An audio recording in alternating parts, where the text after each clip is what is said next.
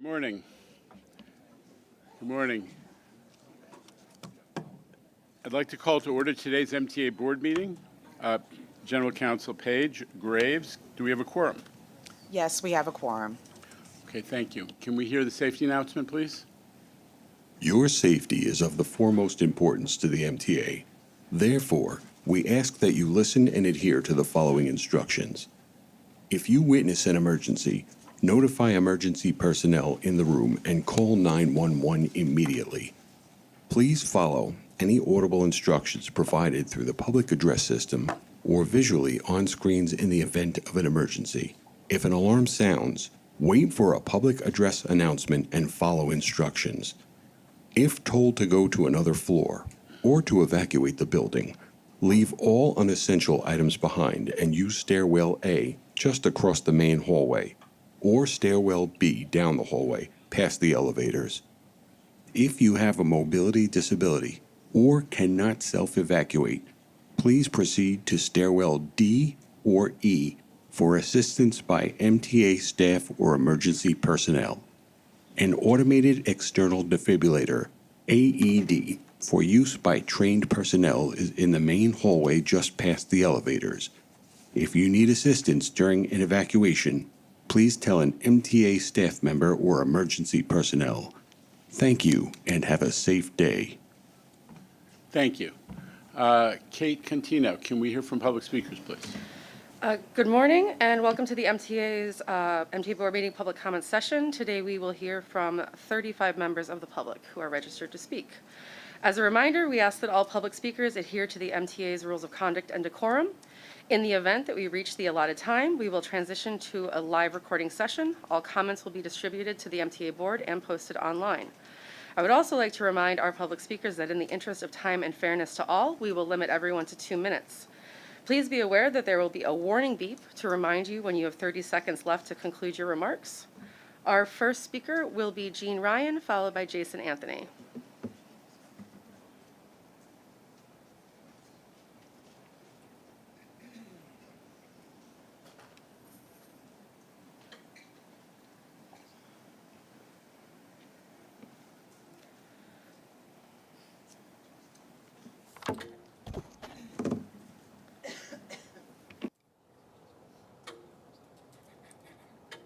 I am Jean Ryan, President of Disabled in Action of Metropolitan New York, DIA for short.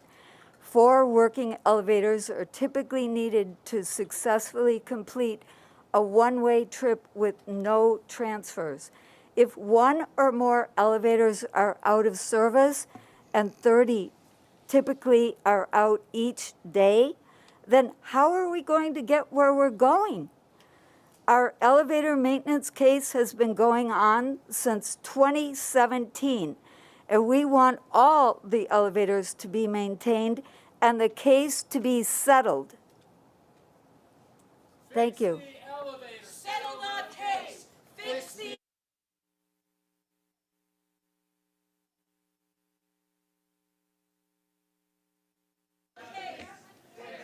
I want to remind public speakers our rules of decorum.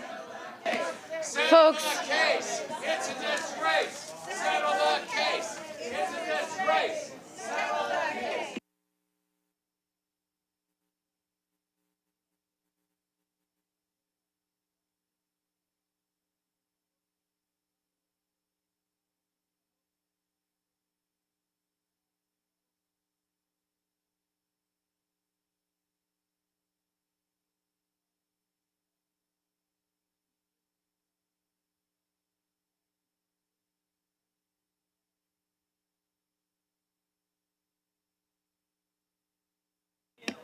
okay.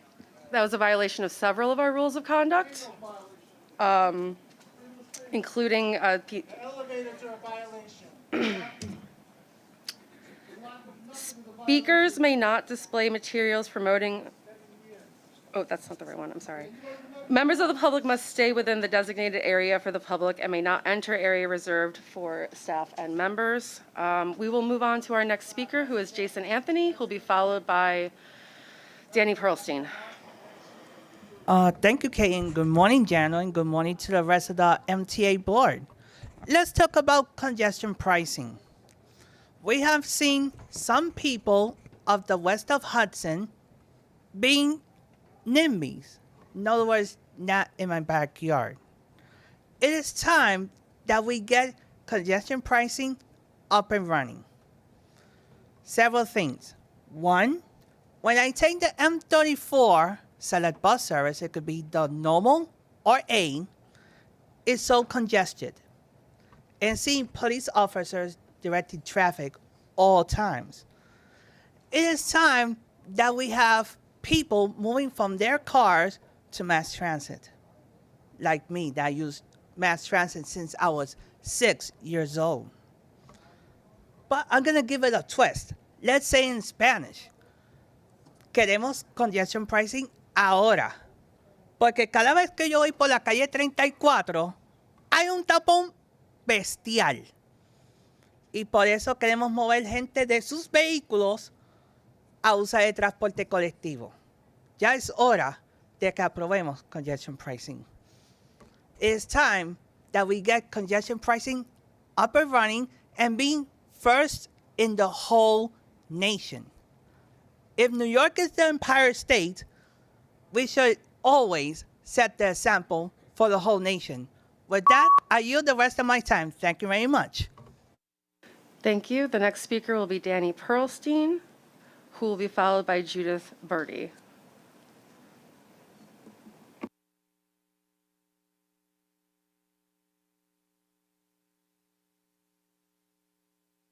Good morning. My name is Danny Pearlstein. I am Policy and Communications Director at the Riders Alliance. We thank you in advance for your leadership moving congestion pricing forward. 5 years ago, thousands of organized riders joined together and demanded that our legislators in Albany lead in passing congestion pricing, the largest source of funds to fix the subway. And we won their votes. In the time since, we've looked again for leadership and we've found it, most notably in Governor Hochul, Chairman Lieber, and President Davey, each of whom spoke so eloquently to the urgency yesterday. I had the privilege in Union Square of overhearing a conversation with the chairman and an Upper East Side gentleman who begged him to reconsider congestion pricing and instead just stop paying overtime. It was a one-sided conversation. We all know it would be the height of irresponsibility to stiff transit workers who are the backbone of this city and to halt transit service, which is the lifeblood of this city. Yet those sentiments abound, as Jason pointed out, outside of this boardroom and our state capitol. They're rampant and rife among high officials elected from across the spectrum and throughout the region. We thank you for your leadership because leadership can be rare. Riders know that hard things can be done. We know that the subway is running more frequently than ever in our lifetimes because of unprecedented state investment. We know stations are being retrofitted accessible at an unprecedented pace. At least one dad pushing a stroller while being chased with someone on short legs is very grateful for the new elevator at Dyckman Street. We know, too, of the unprecedented investment in new options for 5 million people in Queens and on Long Island, embodied in Grand Central Madison. And we look forward to the continued rollout of the first ever bus network redesigns, planned with care by members of Local 375 and executed by members of Local 100, Local 726, Local 1056, Local 1179, and Local 1181. So thank you again and in advance. Thank you. Our next speaker will be Judith Bily, followed by Vince Padula.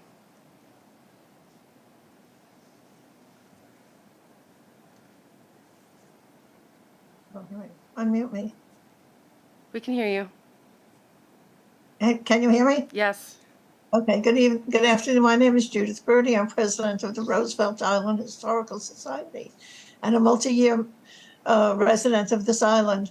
We have had since August 28th the F train reroute and using a shuttle. We would like to have an update on the status of this work. It's been going pretty smoothly, but it's taking a long time to commute on and off Roosevelt Island. Also, our night and evening buses are few and far between. The connection at Queensbridge to go to Queens Plaza is not functioning very well. Also, aside from the subway, there's the Queens bus reroute, which has been a deep, dark secret for the last 2 years. We'd like to know what's going to happen because the Q102 bus is very very well used from Roosevelt Island, and the original reroute was not something that was well received. And we would like to know when that will be released and what the public comment period would be. And on behalf of all the Roosevelt Islanders, just keep working on those tracks because we really want to have our F train back. Thank you very much. Thank you. The next speaker will be Vince Padula, followed by Monique Johnson.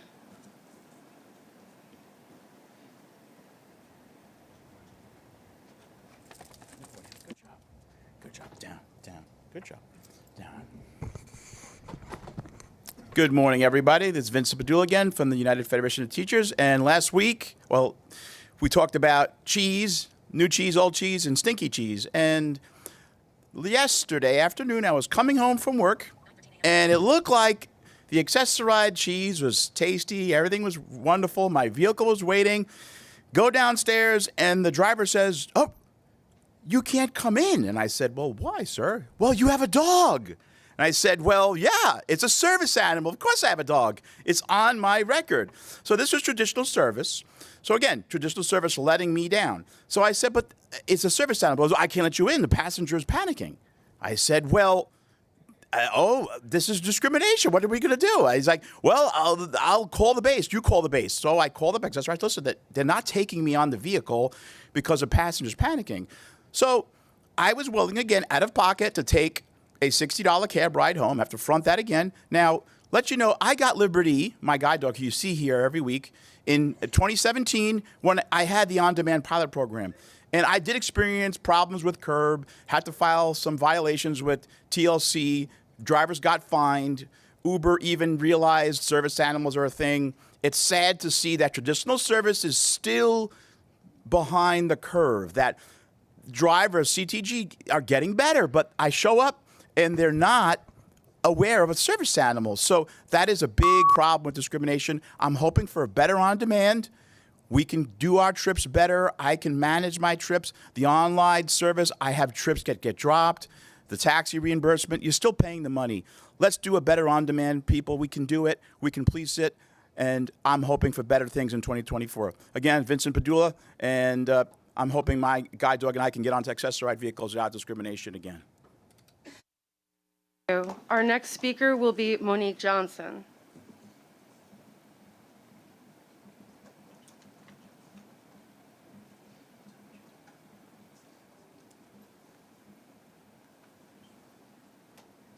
Monique Johnson?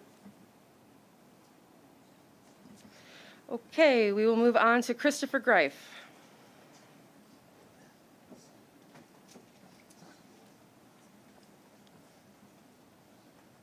Good morning, everyone. I'm Christopher D. Greif. As an advocate for people with disabilities, please, everyone, let's be really happy today, because congestion prices we need for a lot of reasons. Especially, we need to make it clear for people with disabilities who are coming from group homes, day have programs, or going to their doctor's appointments. We hear this from you guys. We thank MTA, but our press, we need to remind them that there is people out there who use it accessoride, get stuck in traffic, who has to get to their appointments on time and on-time performance. We need the funding to make sure that accessibility for the elevators, ramps, any technology to related for accessibility, especially the alert buttons on the railroads that we use to warn the crew that there is an accessible customer that needs assistance on or off the train. So let's please make sure this congestion price goes in, and let's make sure that true accessibility is mentioned to all news media. Again, I want to thank the MTA, and also want to wish everyone a happy and safe holiday. And can we please make sure we get MTA Police or NYPD to make sure the holiday train is running safely? The little kids love to see the officers because they love to call them superheroes. So please, let's try to do that. Thank you, everyone. Have a great day. Thank you. Our next speaker will be Gian Padula, followed by Charlton Dusza.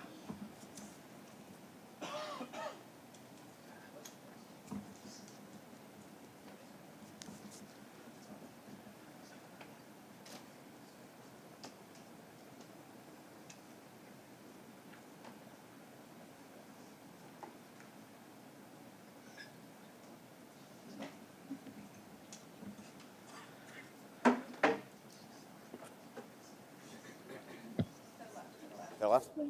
Reversal.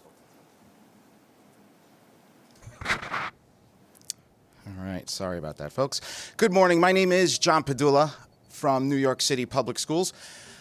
And I'd like to start off by addressing how some in leadership like to say that accessible transit is not exclusive e-hail. Well, I'd like to submit to leadership at large that accessible transit must at least begin with a layered approach. I need to safely and purposefully be able to take a bus, a train. It'd be nice to have access to some dignified accessoride that allowed for some flexibility. It'd be nice to have access to an on-demand program that actually gave meaningful access to all of our 5 boroughs. I tried taking an N train the other week, spontaneously to meet some friends in Soho. Thought I was getting off a canal in Broad Street, but in a moment of the Wizard of Oz, I wound up on Grant Street, Grant and Christie. No audible announcements on that train. Not one. Crickets. I thought I was on an N train. I don't know what the hell I was on. How is it even fair that you expect me to take a train when there's no audible announcements, no non-visual access to my location, to my whereabouts? How is that safe? How is that purposeful? And to those of you that like to pontificate about how accessibility goes beyond elevators and escalators, well, allow me to mansplain for a second. For blind folks, that entails audible announcements, meaningful announcements. I need to know where I am. So in 24, I expect things to be better. Enough is enough. This community deserves better. Accessoride has to be better. You have to invest capital funding in newer subway cars that actually say something meaningful. And on demand, phase 3, that needs to be meaningful too. Just in case you didn't get the memo, there's 5 boroughs to this city. 5. If freedom is the ability to choose, then equity is that path to freedom. Chairman Lieber, give us freedom, give us your equity. remarks. See you guys next year. Thank you. Our next speaker will be Charlton Dusza, followed by Andy Pollock. Good morning, everyone. My name is Charlton Dusza. I'm the president of Passengers United. Unfortunately, we do not support congestion pricing because the MTA has not added any additional service in Southeast Queens. As a member of the MTA's Environmental Justice Committee that was on that four-month committee that we met, unfortunately, every time we met and we brought up our concerns about issues in Southeast Queens, the need for more express buses along the Long Island Expressway, the need for a 375 city ticket, the need for, better service, we were ignored. So because of that, we are not supporting congestion pricing, and also because of the crime in the subway. Last night, 2 people got slashed on the subway. Last year, 11 people were murdered in the subway system. And now the MTA wants us to support congestion pricing. In good faith, we cannot do it. And the only people that are going to benefit from congestion pricing is Uber, Lyft, and the for-hire app companies, because you have hundreds of thousands of for-hire vehicles in the city. So it's not regular people driving. And who's going to suffer with congestion pricing? It's going to be all the small mom and pop businesses and all the small businesses. And, right now we're heading towards a recession. This is going to devastate New York. So we do not need congestion pricing. And unfortunately, we cannot support it. If the MTA is not willing, and the MTA admitted that they are not adding any extra service, and according to the MTA, they claim there's enough capacity on express buses. You cannot put hundreds of thousands of people on express buses, and the subway system right now is breaking down. Drivers are calling out sick. Employees are calling out sick. They can't even make service. It's a miracle to make any subway service on any given day. Please conclude your So we are not remarks. supporting it. Thank you so Thank much. you. Bye. The next speaker will be Andy Pollock, who will be followed by Tiffany Taylor.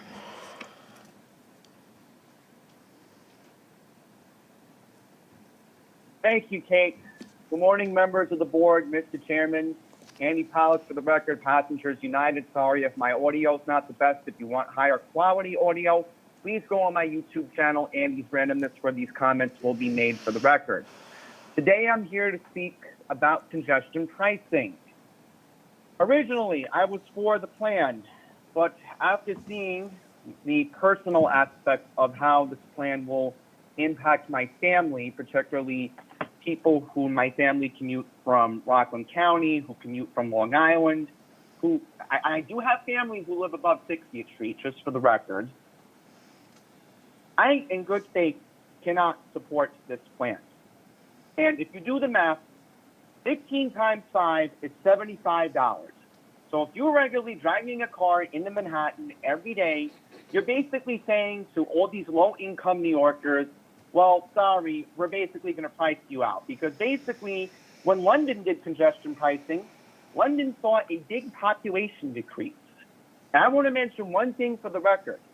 By the time the 2030 census is taken, we're going to lose another congressional seat here in New York. So you guys really need to think about how we may lose another seat in Congress, just like we did with the last census. All right? So in good faith, I'm with Charlton. I'm with Vice President Jack Nierenberg. Our organization will not be supporting congestion pricing. Thank you very much. Thank you. Our next speaker will be Tiffany Taylor, who will be followed by KRA Girl.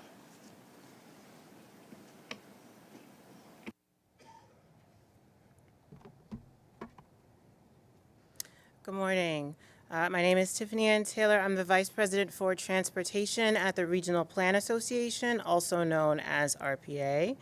RPA is a longtime supporter of congestion pricing because we fully understand the regional benefits that it can provide, which would be cleaner air for everyone, more consistent and dedicated funding for public transit, which is important, and definitely less congestion if you choose to drive. While we appreciate the TMRB's recommendations, we continue to advocate for equalized tolling at all crossings entering the CBD or Central Business District to prevent toll shopping. We also advocate for a higher credit for those already paying a fee to cross into the CBD. Congestion pricing is a critical program to support the growth and sustainability of the MTA system.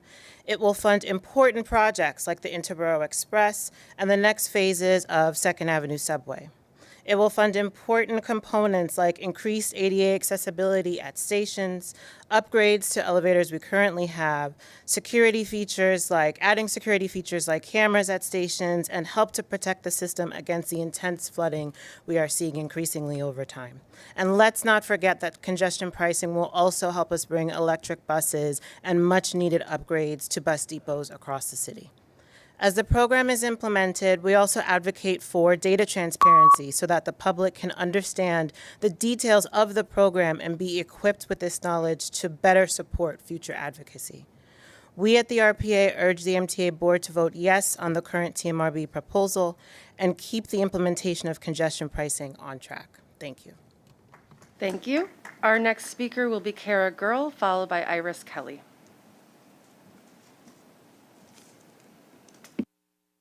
Good morning. I'm KRA Girl, Planning and Advocacy Manager at the Permanent Citizens Advisory Committee to the MTA, PCAC. The topic of the day is congestion pricing and the billions in critical funding it will bring in for transit projects. After years of public input, the lengthy federal environmental review process, and months of TMRB deliberations, the ball is officially back in the MTA Board's court. It's not every day that you get to vote for a once-in-a-generation policy that can reduce congestion, improve the environment and air quality, and invest in the transit system of the future. But today, MTA Board members, you have the opportunity to do just that by supporting these TMRB recommendations. Riders are counting on you, MTA Board members, to get congestion pricing over the finish line. The November financial plan that came out last week showed the good news and the risks to the future.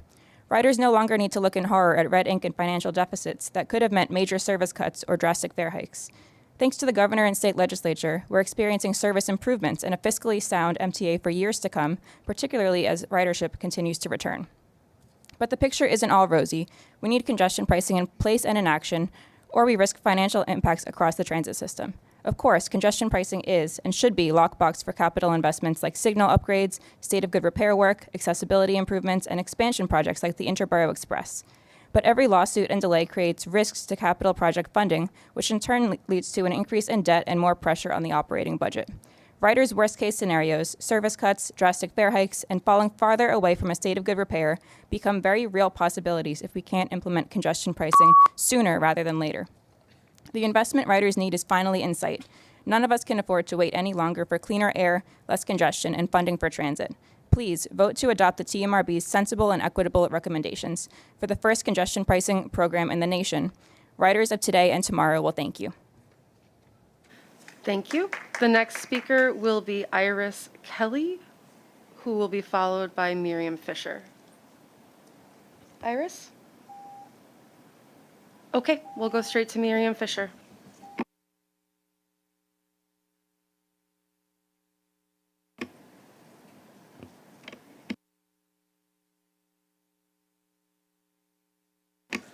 Okay, we'll come back to Miriam. How about... Wait. Oh, there you go. Go ahead. Okay, thank you.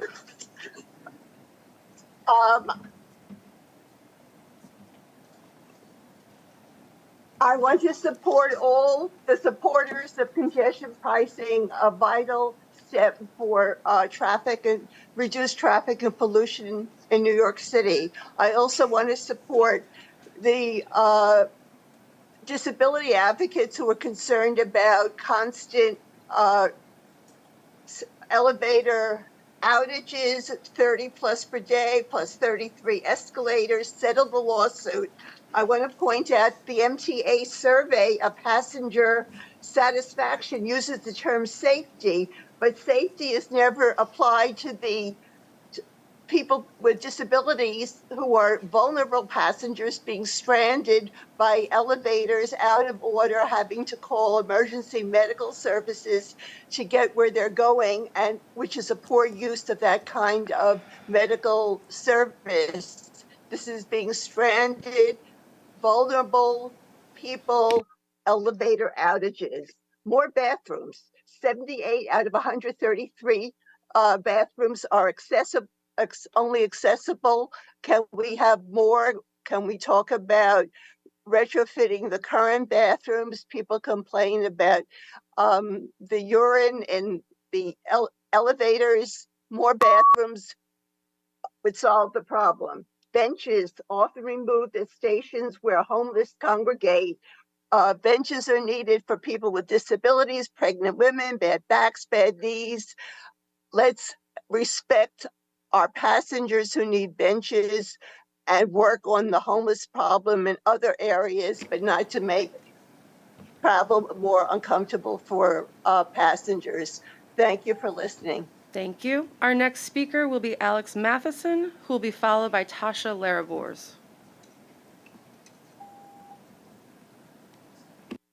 Thank you very much. It's a pleasure to be here. First, I just want to say it's amazing the job that Jano and Juliet and Allison and the whole team that's been working on congestion pricing has done. It's been a truly heroic effort. I'm incredibly proud of them, proud to know them. And it's just amazing what they pulled together and pulled off. So hats off to them. My main point is I'm hoping this is a foregone conclusion, that the board is going to vote in favor of the TMRB recommendations, which I think are on the whole very solid. My appeal to the board as you go forward is to do everything in your power. You know, the plan and the effort doesn't stop once we turn the system on, hopefully in June. It's going to continue for years to come, as you know. And I think it's critical, not just that we pass congestion pricing, that we implement it here in New York, that we make sure it's a model program for the rest of the country. And that means paying close attention. Obviously, we'll collect the data on the tolls and the tolling, and we'll make adjustments and tweaks as we go to make sure that the traffic flow is maximized. But the thing that's going to be key to determining whether congestion pricing in the United States is successful or not is the service. And so I just urge you guys to do everything to be as responsive as you can be to the public at large and to the riding public. So that means that there are still transit deserts out there and you're getting a lot of squawking from certain drivers from certain parts of the city, that we do everything we can to add a bus service or to increase the frequency. And likewise, the big projects are important. The Triborough RX is also vitally important. Those kind of big, imaginative, visionary projects are also hugely important. So I thank you for the work you guys are doing, and I just urge you to make sure that we continue to make adjustments towards a perfect plan over the next couple of years. Thank you. Thank you. The next speaker will be Tasha Larab, followed by Lisa Dagan.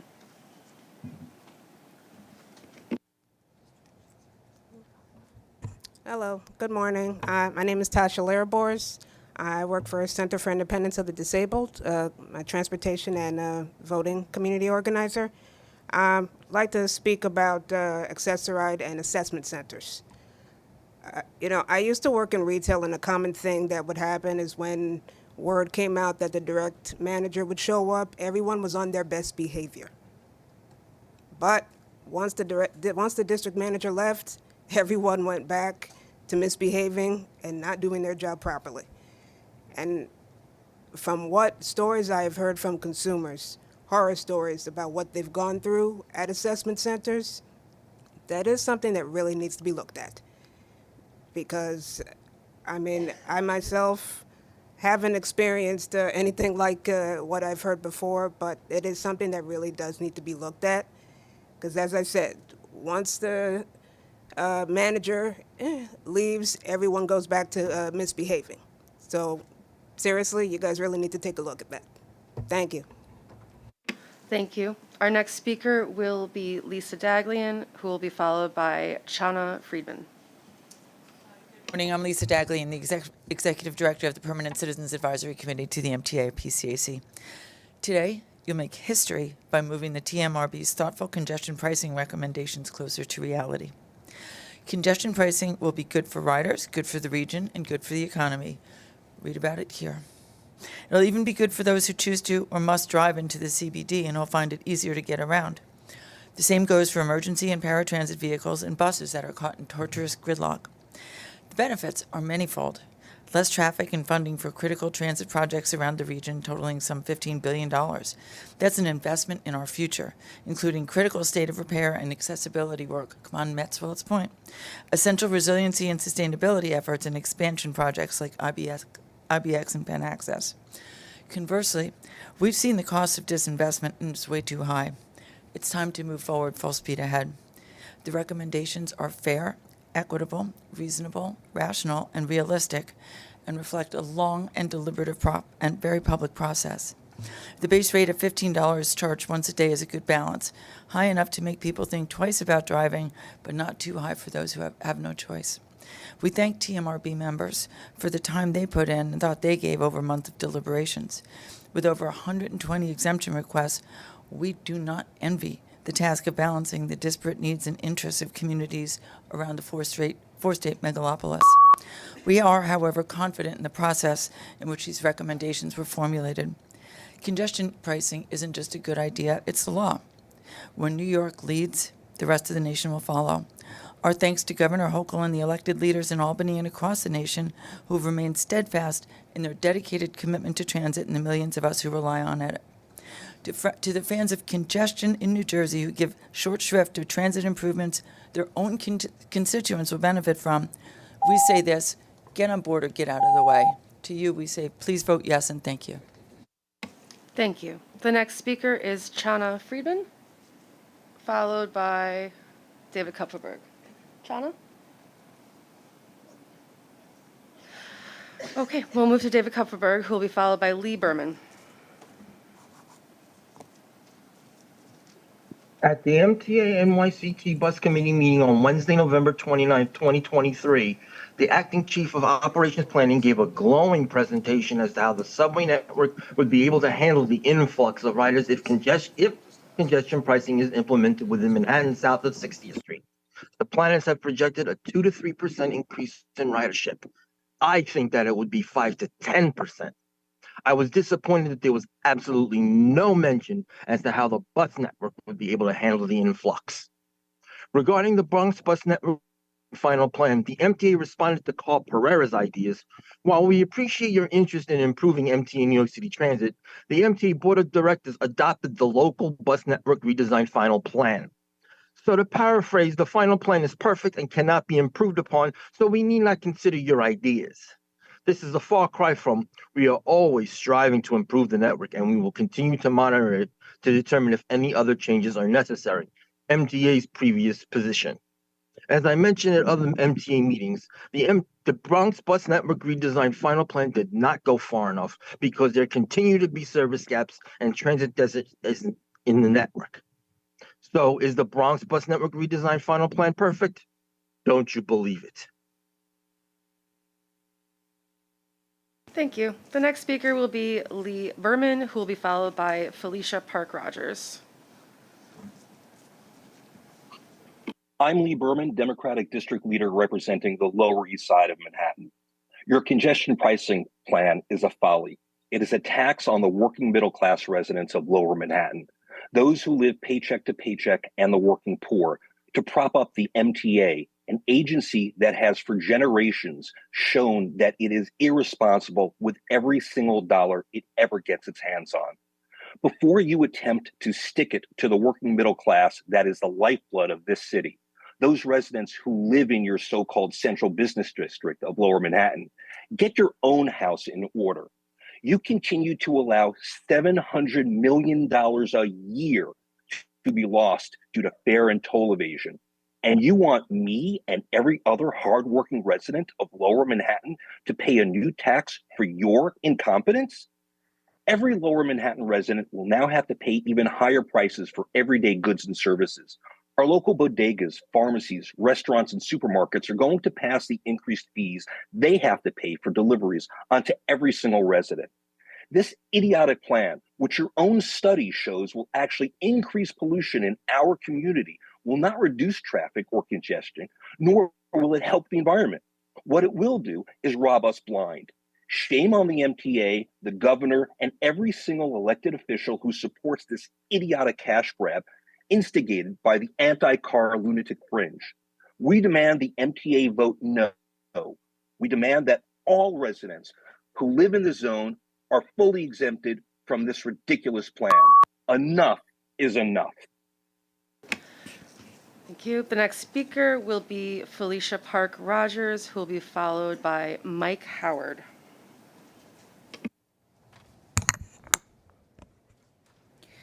Good morning. I'm Felicia Park-Rogers, Director of Regional Infrastructure Projects for Tri-State Transportation Campaign. Today, New York's future is a little bit brighter. We are one important step closer to implementing congestion pricing below 60th Street in Manhattan, as passed by the legislature, signed into law by the governor in 2019. The law created a 6-person team to develop a tolling structure to bring to you, the MTA Board, for consideration and approval. After the world's most comprehensive environmental assessment, that's my opinion, that's not a cited fact, showing hours, whatever, got to go to the bathroom. People commute a half hour, an hour and a half. People got to go. They're going to go in an inappropriate place if an appropriate place isn't provided. We're talking about congestion pricing, big, glorious projects.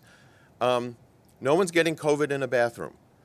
It's time to reopen them up, open up the ones that have been closed for a while. They don't have to all be perfect. They just have to be bathrooms. And then we'll have more elevators, and we'll also have more places to go to the bathroom. You do studies. You send out these very unscientific surveys about customer satisfaction. You can easily do a study as to which elevators are unsanitary compared to which stations don't have functioning bathrooms.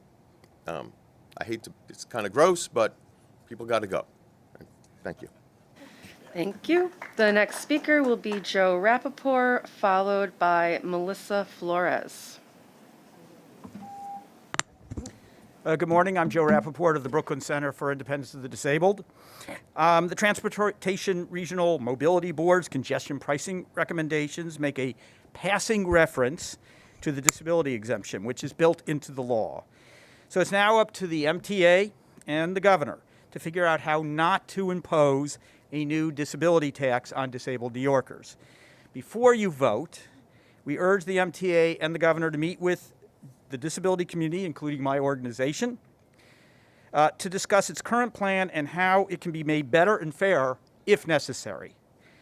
As I suggested in a September op-ed in the Daily News about the promise of congestion pricing, the London and Swedish models are the way to go. You'll still get billions of dollars to install elevators and do other vital projects, but you won't be penalizing disabled people. First of all sorts of rumors about this exemption.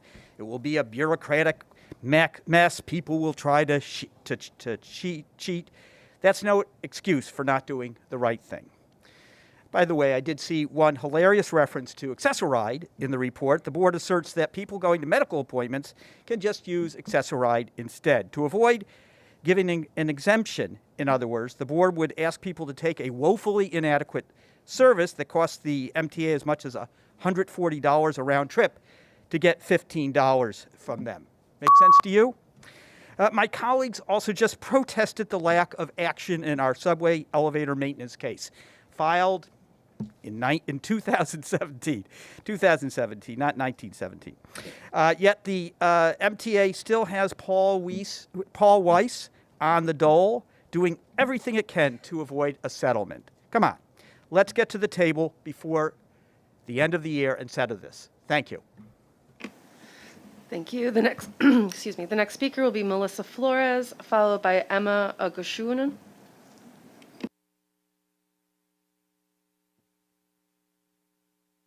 Good morning. My name is Melissa Flores, and I'm a student at Bronx Community College. Thank you for the opportunity to testify today. I'm here to share my experience. Transportation is slow, outdated, and unreliable. The funds generated from congestion pricing are necessary to mail long-needed repairs to the public transportation system. Poor transportation affects me daily because of the wait time for trains or buses. Sometimes because of the wait time for public transportation, New Yorkers, especially CUNY students like me, rely on public transportation to go from work, school, or home. Sometimes it is more convenient yet unnecessary to pay for an Uber, Lyft, or hail a cab because of the MTA's fault for not having transportation such as buses and trains to run on a timely manner, and for overcrowded transportation, especially during rush hour, where everyone is rushing to get to work or school. Public transportation is an extension of the city's higher education system. Most students, especially CUNY students, do not live on campus and depend on transit to travel between home, school, and work. Congestion pricing would provide new stable funding for transit, funding needed to aid in repairing and modernizing New York City's ailing subway and bus services. Thank you. Thank you. Our next speaker will be Emma Ogunsua, followed by Rick Horan.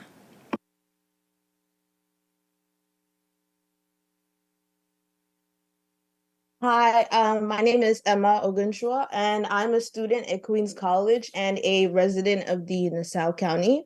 Thank you for this opportunity to share my experience. Congestion pricing is crucial for much needed improvements to the LIRR. My daily commute from Long Island to Queens has been consistently challenging due to unreliable public transportation, as buses are frequently late and they lack working Omni readers. I once boarded a bus without enough fare on my Metro card, resulting in a 30-minute walk to reach Queens to catch a bus with an Omni reader. This incident made me late for my math class, and eventually I had to drop the class due to unreliable transportation and excessive costs. Relying on ride-sharing apps like Lyft or Uber due to the bus being unreliable has been costly and unsustainable. This constant transportation uncertainty has disrupted my routine and academic progress, underscoring the urgent needs for improvement in Nassau County and NYC's transportation systems. Congestion pricing offers hope for more reliable transportation and the chance to fix vital issues in the LIRR and subway systems. This means faster and more reliable service, especially for college students like me. Thank you for considering the importance of these transportation movements, and thank you for listening. Thank you. The next speaker will be Rick Horan, followed by Norbert Geese. Good morning.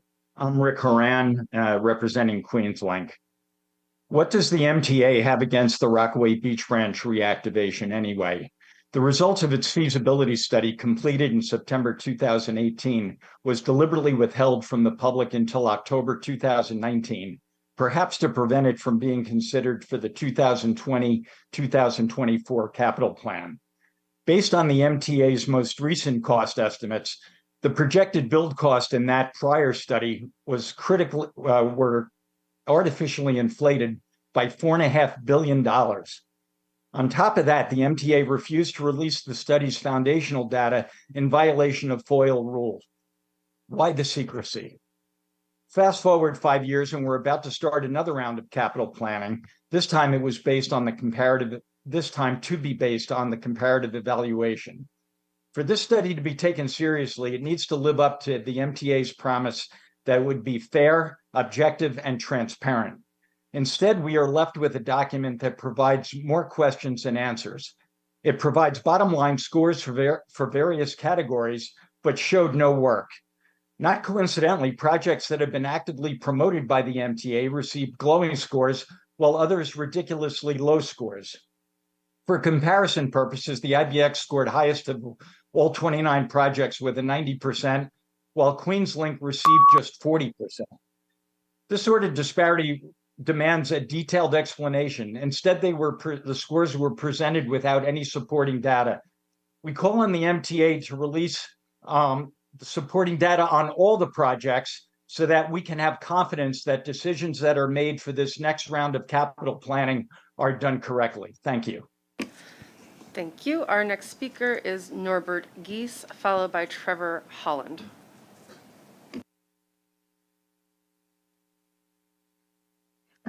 Good morning. My name is Norbert Geese, and I'm a board member of Civics United for Railroad Environmental Solutions. A Long Island Railroad rescue train recently broke down over the holiday weekend and had to be rescued by another rescue train. But then that rescue train also broke down. Why is the Long Island Railroad diesel freight fleet still in such a precarious state? The New York State Legislature has been given $31 million to repower ancient freight locomotives to Tier 4 or cleaner emissions locomotives. Why are you letting this money sit in controller contract number DR 36644? The companies Wabtec, Progress Rail, and other locomotive manufacturers can do a Tier 4 repower of the MP15 locomotives for less than $3 million per locomotive. Cures recently called Chairman Jano Lieber's office and asked where the Long Island Railroad would be going ahead with a purchase of work trains and freight locomotives that the New York and Atlantic Railway can use. This procurement started with MTA RFP 6263 almost 6 years ago. Jano Lieber's office told us to email Hector Garcia, and he did not respond. There has been no response. Last year, Mr. Garcia told us the LIRR would be placing an order by the end of June. Riders suffered from a lack of seats due to delays and breakdowns. This is unacceptable. When is the board going to act? Thank you. Thank you. The next speaker will be Trevor Holland, followed by Vittal Malhotra. Thank you for your time and allowing me to speak. My name is Trevor Holland. I'm from the area of Two Bridges, which is an environmental justice area bounded by the FDR on the Lower East Side. I'm not here to talk about the ingestion tax, but instead something that's under the radar and not being discussed, and that is the increase of traffic on the FDR. Not exactly sure how the Lower East Side got trapped into the Central Business District, but that's the way it is. But we should also not have to bear the burden of more traffic and pollution. Now, I know you've been listening here for an hour about folks and different issues, but I need your attention here. This program will increase traffic and pollution by as much as 26% along the FDR. This is an area, an environmental justice area designated by New York City, bounded by low income and modern housing with a history of environmental injustice. Despite the EGA task force and the technical committees, there are no tangible mitigations planned for this area of the Lower East Side. It is absolutely shameful that the MTA's response for this environmental justice area is, well, traffic in other parts of the city will be reduced, but not in your area. This is a false promise. It is also interesting that none of the supporters of congestion pricing or the transit advocates even talk about this injustice. Cleaner air, environmental quality improvements, not in our area. We're asking for proper mitigation. as was designated for the parts of the Bronx for this area of the Lower East Side. How is it that a program that's deemed to reduce traffic in all parts of the city, except for the one area, which is an environmental justice area, how is it that we're not getting proper mitigation? So I'm asking for this traffic mobility commission to look at proper mitigation for this area. Thank you for listening. Thank you. The next speaker is Vittal Malhotra, followed by Alida Dupree. Good morning. My name is Vittal Malhotra. So I am member of NYTWA. So good morning, everyone. Last meeting, Mr. TMRB Chair, Mr. Carl, he tried to know what is the occupancy or what is the fare pickup rate in the CBD. But I want clear here. He should know about how many taxis will occupied in that CBD and how many Uber cars occupied in that zone. So everybody knows there's 100,000 Uber cars and only 7,000 taxis in CBD. Previously, it was 14,000. So you should determine the tax toll according to that situation. And secondly, we no create the congestion, any congestion. I am paying the 250 plus 50 cents for long time collecting for MTA. Everybody knows that. So plus on that, I am paying credit card fees on that amount, which is I supposed to pay. So we are like divesting, we are industries are like divested. So most drivers 50 and 60 years old and above. So we have a chance to change our job or do other jobs. If it really happen on taxi, so it will be divesting our job, our taxi industry. So I am driving wheelchair vehicle. My car is wheelchair. So if you're doing taxing on me, so it means there's less service for disabled people. I love to give service. TLC want 50% yellow taxi wheelchair availability. So it can be very problem for that thing. So think twice to tax on the yellow taxi. Even mayor also announced just they should be exempt. Thank you so much. Thank you. The next speaker will be Alida Dupree.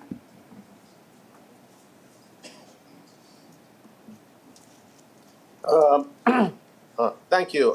Good morning, Chair Jano, Lieber, and members. Alida Dupree, for the record, she and her with Team Polls. Good to be back with you. Congestion pricing is very important. I am not an expert in the management of rail transportation systems.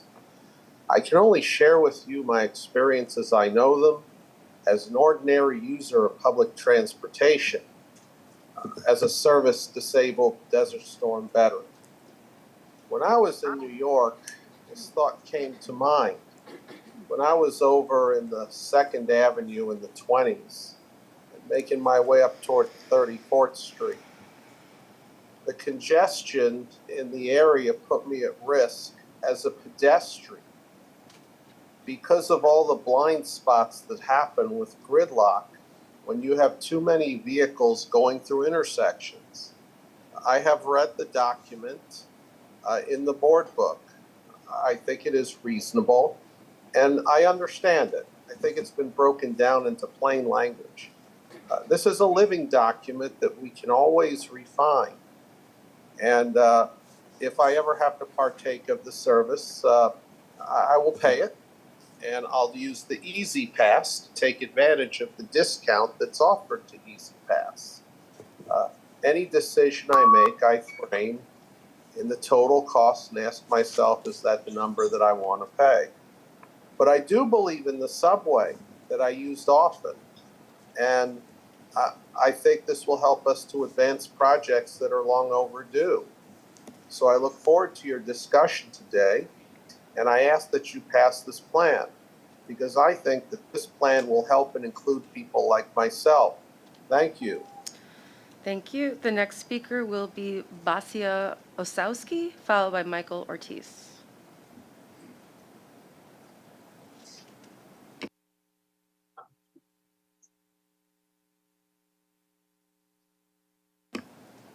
Basia? Okay, we'll move on to Michael Ortiz, who will be followed by Richard Chow. Good morning, board, members of the public. I come on here today to continue my remarks from last week's board meeting. As of right now, we discussed about the 63rd Street shutdown, and now we're going to move on to the buses right now. I'm going to be talking about particularly the S93 bus that's been running between Bay Ridge and Willowbrook. Why is there buses that run with the engine cover up? I've been seeing this particularly with the 3rd Gen Orion 7 fleet. And they're not and they don't tell us how crowded they are, which is absolutely bonkers. And not to mention that the assignments that are done on that route, let's say you get a 2019 LFS and it gets ridiculously overcrowded. The people that don't fit on that bus end up getting a 2011 Orion instead. Come on. Can we do better and replace those old things already? As much as they're good and all, they need to go. Because, one, they're getting more expensive to maintain. And number two, they're just going to be there for the foreseeable future until the 380 electric bus order arrives. And the thing is, for that needs to come in soon, because those buses have to go. And I really think that the 2019 LFSs need to have a little more, need to be assigned there more often, particularly because if Castleton doesn't have enough buses, why not have the Yukon Bus Depot take that route instead? Because they're the ones that they assign their routes much better than the Mid-Island depots. Thank you so much and have a good time. Thank you. Our final speaker will be Richard Chow.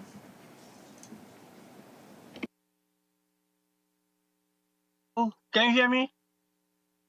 Hello, good morning. MTA Board member. My name is Richard Chow. I'm a New York Taxi Walk Land member. I'm an owner driver. Driving for taxis for 17 years.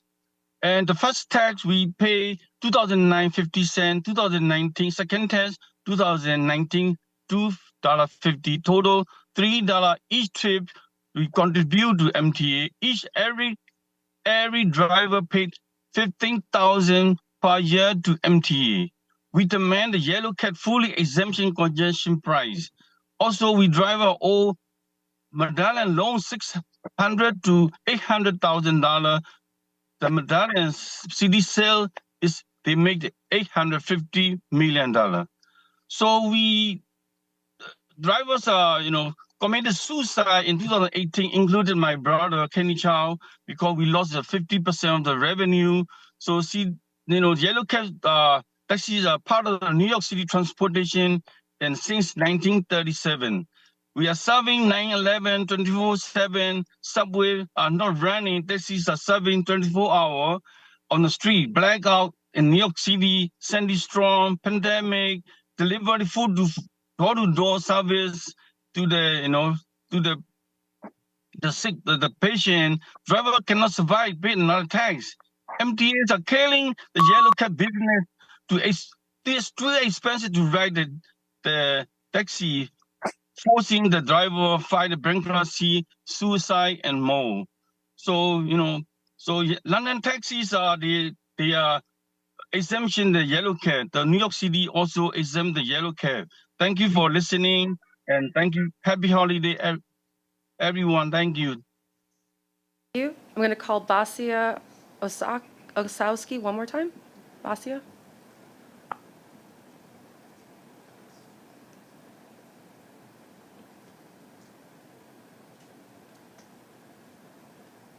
Hello? Please give us your comments. Yes, we can hear you. Good morning. My name is Basia Osowski. I am a driver, a member of New York Taxi Alliance.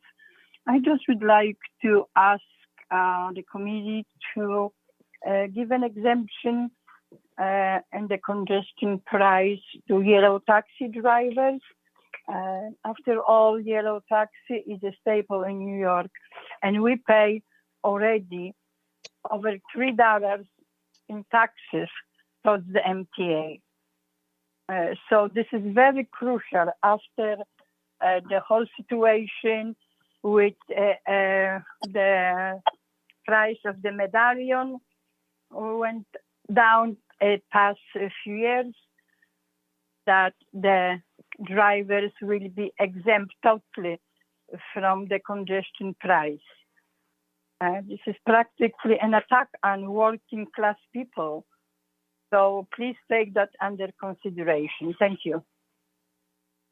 Thank you. Chair Lieber, this concludes the public comment session.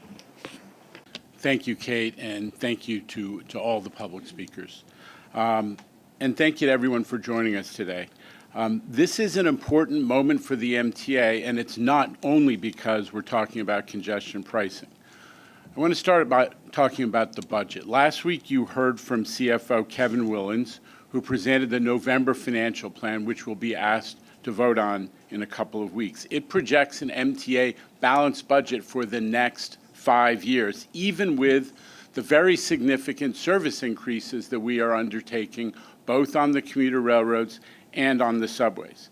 This is an extraordinary demonstration not only of the impact of Governor Hochul's leadership during the 2023 New York State budget season, but also incredible professionalism at the MTA. Staff from the MTA across our organization, led by the agency presidents, pored over data to find new efficiencies to meet the terms of the budget that the governor had set out for us. You'll remember that in addition to creating some new funding sources to help us balance the budget, it required the MTA to identify $400 million in annual cost savings starting in 2024. Actually, we were doing $100+ million in 2023 and moving up to $400 million in 2024. Well, thanks to the hard work of folks in the organization, we exceeded that goal and are now on track not only to get $427 million of cost savings without layoffs, without cutting service in 2024, but we're headed towards a goal of $500 million in cost efficiencies in 2025. Ladies and gentlemen, that is good government at work.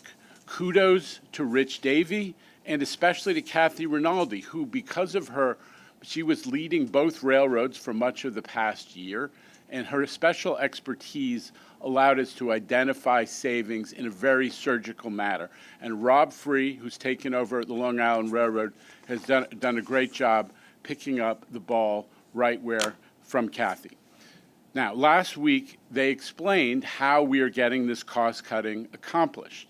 It's things like leveraging data and technology to make sure that we're inspecting train cars and bus components on the most efficient cycle, to reduce unplanned maintenance that can disrupt service. This is really data-driven analysis of our maintenance cycles, reducing unnecessary employee absences and ramping up hiring to cut overtime throughout the organization, and implementing industry best practices at both railroads to ensure that the inventory needed for required maintenance is always on hand and in the right place. We have a huge organization, huge maintenance operation, and it takes a ton of analytics and planning to make sure that every part is where it needs to be at the moment when it needs to be deployed.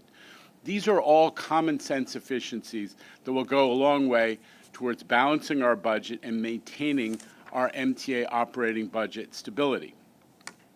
But as big as it is to find $500 million in savings without any service cuts or layoffs, there's more to the story. For the past year, MTA has been operating a whole new terminal, Grand Central Madison, that is the 4th busiest passenger rail facility in the United States. At the same time, we've increased Long Island Railroad service dramatically, adding close to 300 trains per day. Folks, the increase in Long Island Railroad service, just the increase, is almost the equivalent of all of the service that New Jersey Transit runs to Penn every day. That's how much we increased Long Island Railroad service. And we've also added significant service on 8 subway lines, cutting headways in most cases by 20 to 25% on those lines. And there's more to come next summer, so we're growing subway service as well. Nevertheless, despite these major service increases, as the chart shows, and here's the punchline, in inflation-adjusted dollars, what people call real dollars, the MTA budget has actually gone down by 3% since 2019. So since the last year before the pandemic, with all this service growth that we're undertaking, we've actually managed to reduce the budget significantly. That is an accomplishment. At the same time, we continue to knock out new ADA stations. This is a passion of mine and of the leadership at the MTA generally. We're doing it faster, a lot faster than any prior MTA regime. 2 weeks ago, we opened 3 new elevators at 7th Avenue in Park Slope, which was the 7th opening this year. And as of today, right now, the 8th station, the 8th AD opening has taken place up at 181st Street on the A line. Another 4 stations are in the final stages. We're shooting for 12 this year.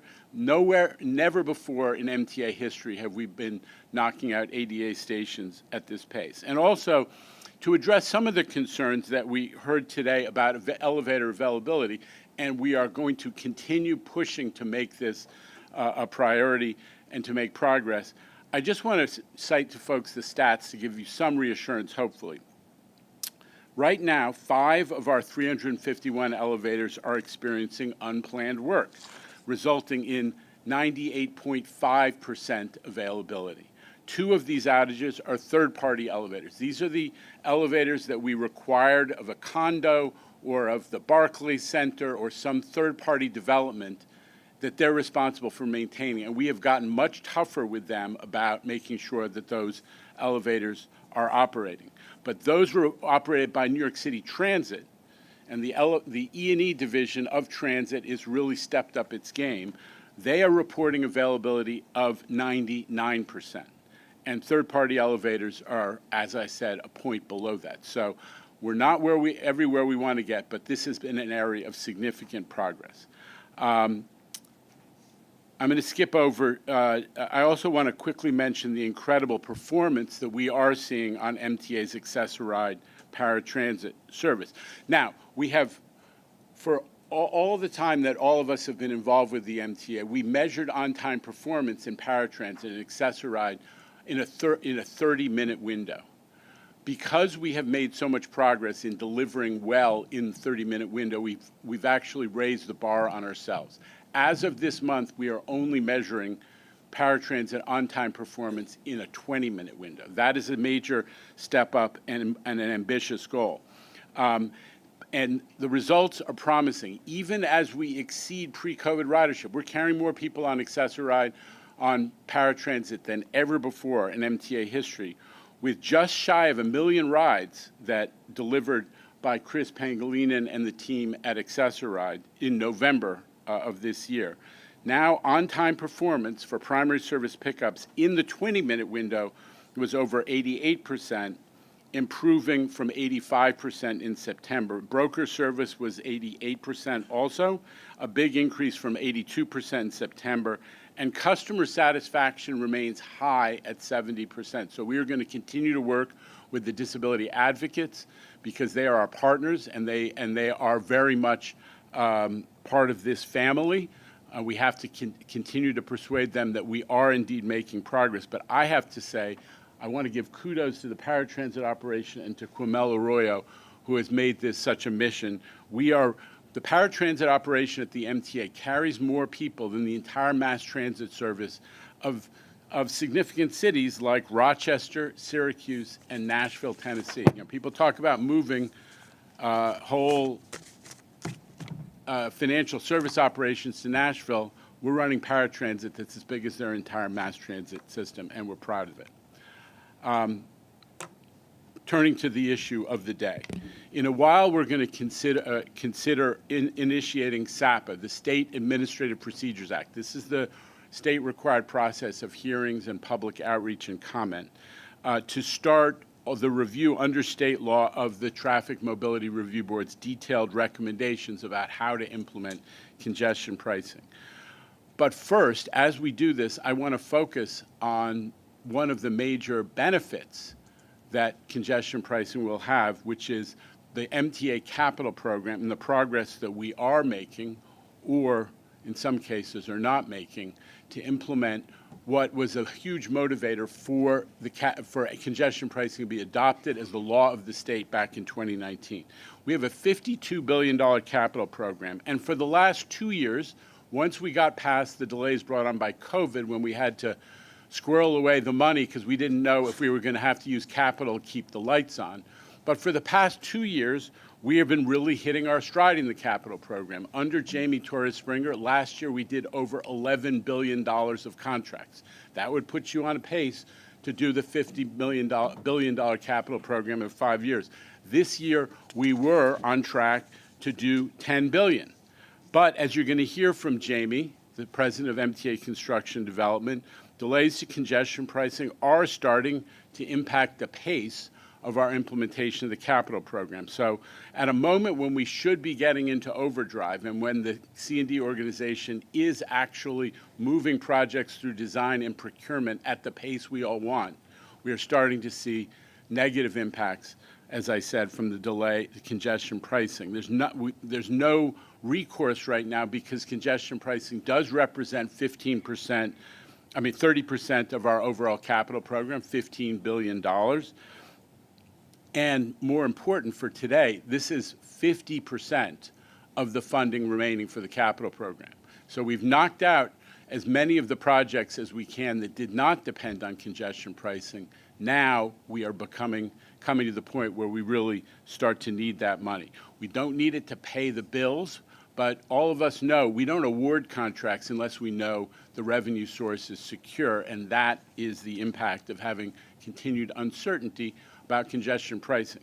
But today, obviously, with the Traffic Mobility Review Board here to talk about it, we're taking significant action to move forward, and I'm hugely optimistic. But first, I do want Jamie to talk about the impacts of the delay so far. Jamie. Yes, thank you, Chair. As the board knows, congestion pricing, as the Chair said, is foundational to the capital program. It will raise $15 billion, or 30% of the current 2020 to 2024 program. And as the Chair said, the money looms especially large at this point in time because it makes up nearly 50% of the remaining funding that we have in the program, having had a few productive years already of awards. So the projects that address the problem that we hear about day in and day out, we heard about from the podium today, re-signaling, ADA accessibility, electric buses, making the system more resilient, state of good repair, they all depend on this funding, more so now than even a couple of years ago because of the remaining funds in the capital program. Despite the actions that are proposed to the board today and under consideration by the board today, the lawsuit from New Jersey continues to put this funding at risk despite the benefits to the vast majority of New Jersey commuters who use transit. Even though we're very confident about the merits of congestion pricing, that we've done thorough environmental review, community outreach and engagement, we are now at the point where some projects will need to be delayed because, as the Chair said, we can't award contracts funded by congestion pricing until we know that the funding is secure. And this was said, but just to put this in context of where we are with this capital program, it's been a historically productive period for MTA construction and development for capital in general. And when we leave aside 2020 at the height of COVID, where funding was uncertain, and we had a delay in getting started, we've been reaching those levels of contract awards that we need to reach in order to get enough work done in the system so that we support that on-time performance, rider satisfaction, reliability that we're reaching today and we're continuing to reach. With a $52 billion program without our bridges and tunnels capital work, we need to award about $10 billion of work, $10 or $11 billion of work every year. We exceeded that last year. We were on pace to exceed that this year with $10 billion. But unfortunately, I have to tell the board that with the potential delays in congestion pricing materializing, it is clear that we will fall short of that $10 billion level that we need to achieve this year.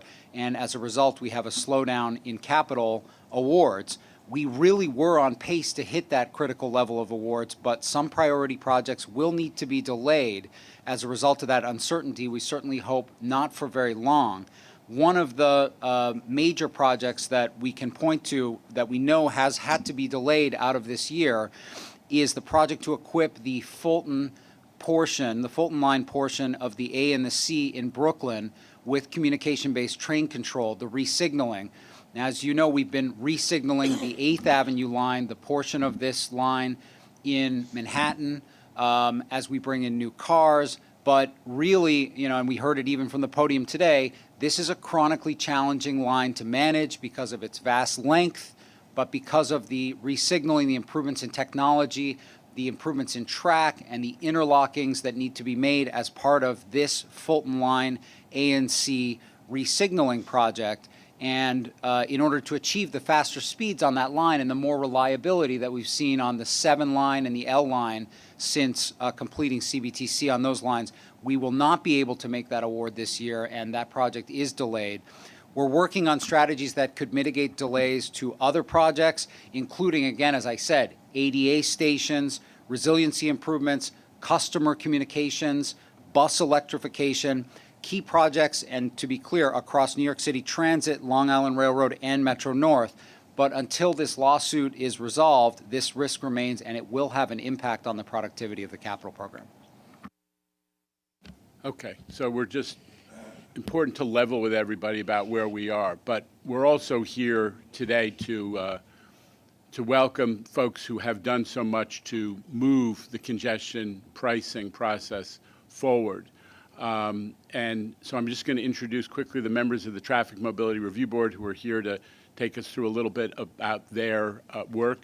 Carl Weisbrod, doesn't need much introduction, one of the long-serving civic figures in many, many roles, most recently as the chair of the City Planning Commission. John Banks, another man of many different roles, City Council leader at Con Edison's lead intergovernmental relations person, most recently as the president and CEO of the Real Estate Board. Elizabeth Velez, a beloved former member of this board, as well. John also served on this board for many years, and the head of the Velez Construction, a leading minority business construction company, and Kathy Wild, the president and CEO, if I got that right, of the Partnership for New York City, who's done so much for our city in so many different ways.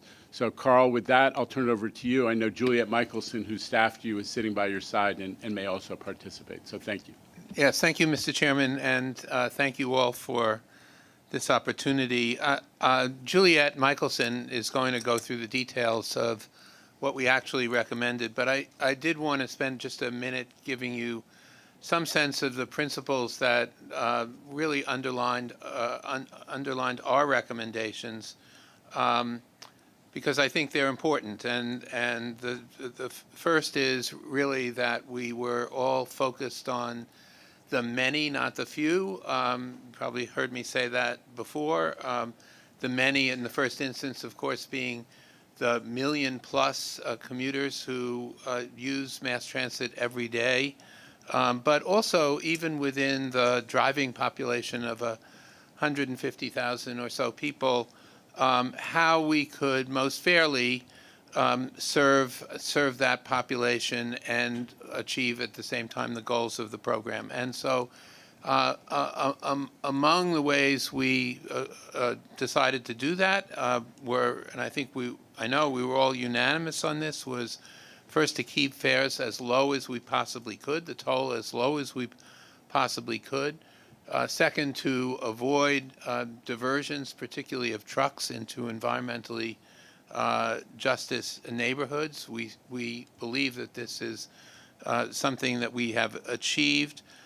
Third, achieve equity in the broadest sense, not only social equity, but fairness. But in terms of social equity, we made several decisions, including expanding the discount for low-income drivers from a 25% discount to a 50% discount after the first 10 rides, to incorporating a much broader nighttime period and doing a deep discount during the nighttime, and also in terms of equity, shifting the burden from FHV and taxi drivers to FHV and taxi passengers. And finally, just in terms of fairness and equity, we severely limited exemptions. We, I think, have only one that Juliet will mention, a very, very narrow one.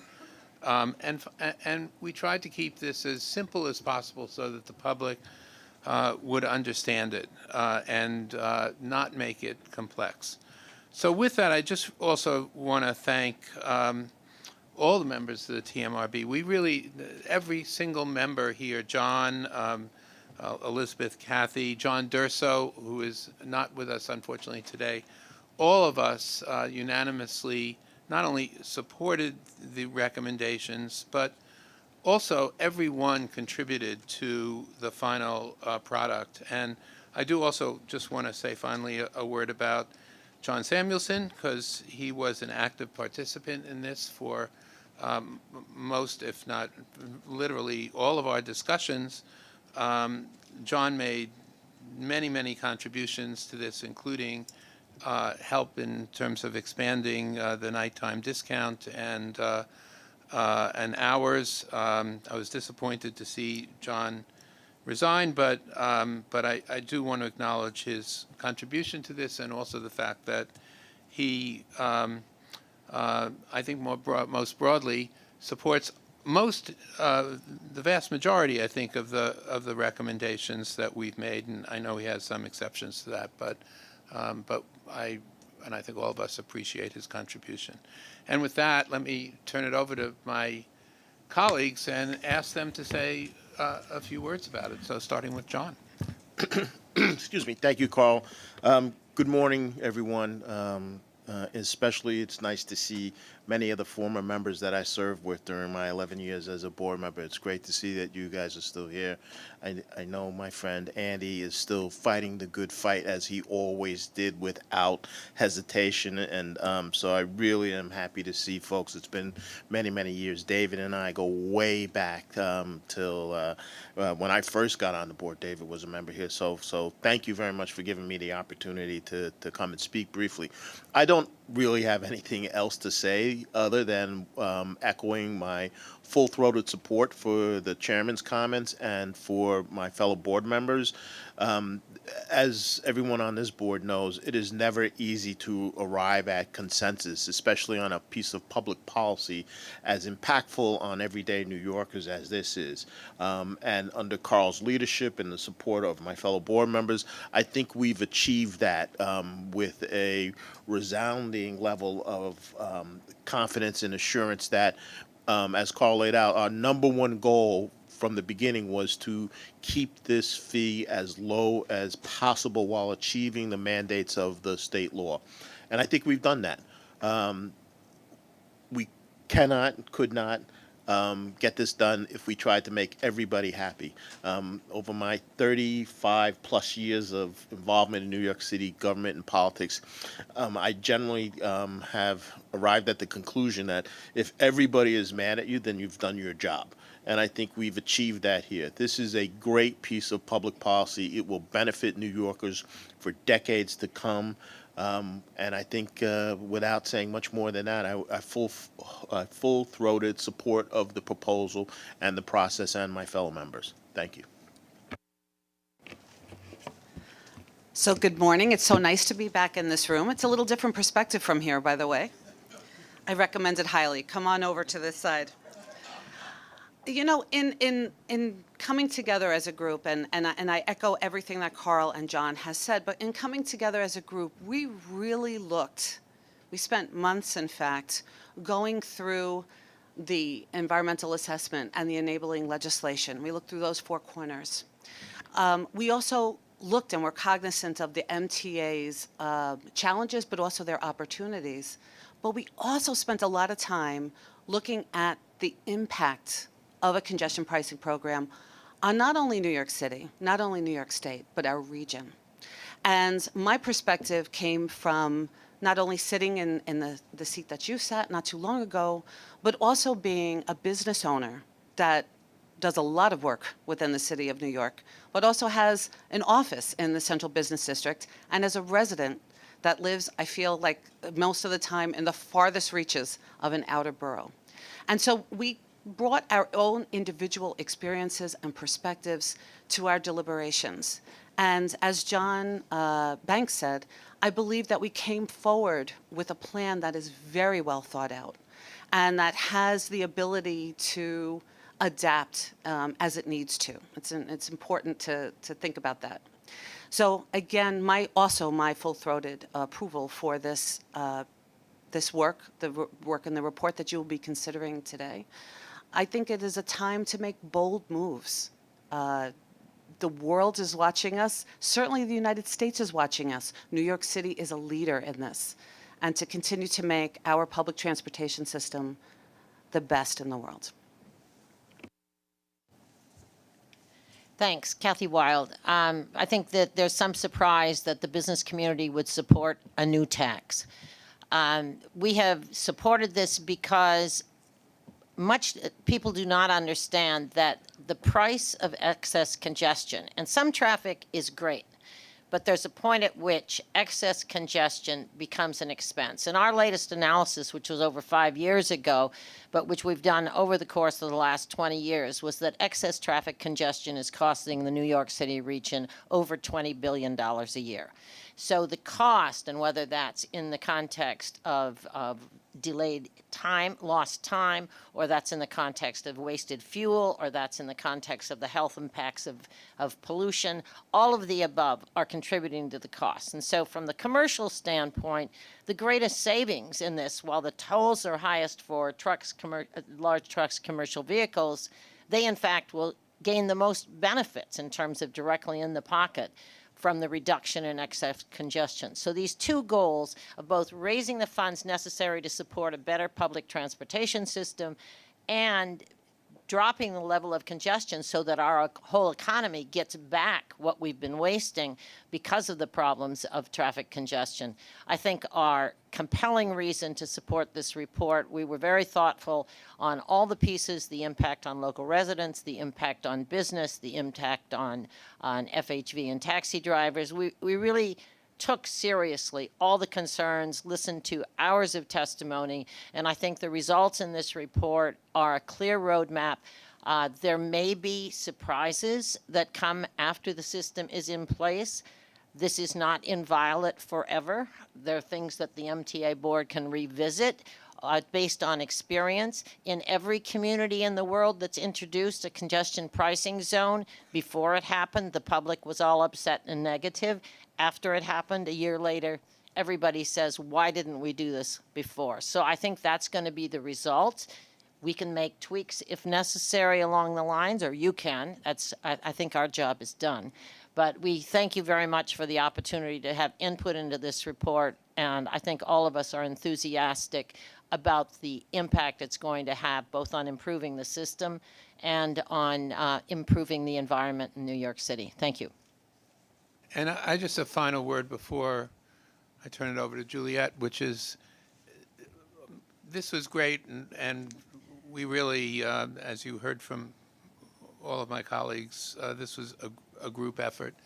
But it honestly would not have been possible without the incredible support we got from Juliet Michelson. And she really did, and she should blush because she did an amazing job in supporting us and leading and really to the entire MTA staff, but really starting with Juliet. And I just, on behalf of all of us, thank you. Thank you, Carl. Thank you, Carl. I should really return. First of all, any kind of support that I was able to provide this group was very, very, very, very much relying on Allison and all her team, very talented folks who've been working on this for many, many years and know every single detail that you would ever need to know. And thank you all for the time and thoughtfulness that each of you brought to this effort, thinking about yes, your personal experiences, but also the greater good of the city and the region. And it really was a privilege to work on this. So with that, and with the principles that Carl just articulated, I just want to describe very, very quickly the specific recommendations that the TMRB came to. I think by now folks have read a lot of this, but it is worth going through the list quickly Okay, so first and foremost, we propose that the once-a-day charge for entering the CBD for automobiles, it'd be $15, whether they have personal license plates or commercial license plates. Those toll rates should be discounted by 75% in the overnight when congestion is much lower. Overnight in the weekdays will be from 9 p.m. to 5 a.m. we're proposing, and on weekends 9 p.m. to 9 a.m. since traffic builds up a little bit slower on weekend mornings. We're proposing truck tolls of $24 or $36 depending on the size of the vehicle, bus tolls of $24 or $36 depending on the type, except for transit buses. We'll get to that in a moment. Motorcycle tolls of $7.50. Tolls should be charged to vehicles only as they enter the CBD, not for remaining or for exiting the zone. Vehicles that enter the CBD directly through the 4 tolled tunnels should get a credit on the daytime CBD toll in the amount of $5 for cars, $12 for small trucks, $20 for large trucks. New York City taxis and FHVs should be charged a small toll per ride that can be passed on to the passenger instead of a daily toll. We're recommending that that toll be $125 for yellow taxis, green cabs, liveries, black cars for every trip to, from, and within the CBD. And that amount was determined simply by taking the daily toll, $15, dividing it by the average number of trips that those types of vehicles make in the CBD today, which is 12. App-based FHVs should pay $250 for every trip to, from, or within the CBD. Again, that amount was determined by dividing the daily toll with the average number of trips that FHVs make in the zone, which is, or to, from, and within the zone, which is 6. Vehicles carrying people with disabilities, emergency vehicles like police and fire trucks, were already exempted in the legislation. In addition to that, we're proposing to exempt specialized government vehicles like garbage trucks, snow plows, street paving trucks, and also transit and commuter buses, TLC licensed commuter vans. And finally, low-income drivers should be eligible for a 50% discount on the daytime CBD toll after the first 10 trips, as Carl just mentioned. So these are the TMRB's recommendations. They're described in the report to the TBTA board that was released last week, and they are here for your consideration today. But before we get to that, Allison's going to describe the process moving forward. Thank you, Juliet. Thank you to the board, and good morning, everyone. As Chair Lieber noted, today we kick off the State Administrative Procedure Act, or what we call SAPA process. That process will include a public comment period and public hearings that we anticipate will be held in the early next year. In the spring, the board would then vote on that final toll schedule. In parallel, our team will be doing the final analysis and reevaluation to ensure that the effects of the actual toll schedule remain consistent with the finding of no significant impact that was awarded for the final environmental assessment by FHWA.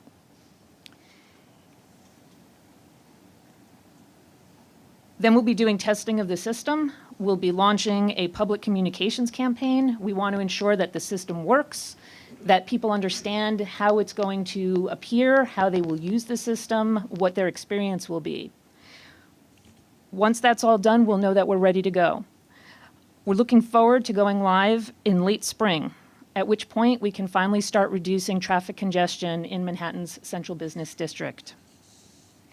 As exciting as this will be, after so many years and after so many people were involved in this effort, it really will be the beginning in many ways. We'll be doing a robust monitoring plan both before and after of many aspects. Indeed, that's always been the plan for us.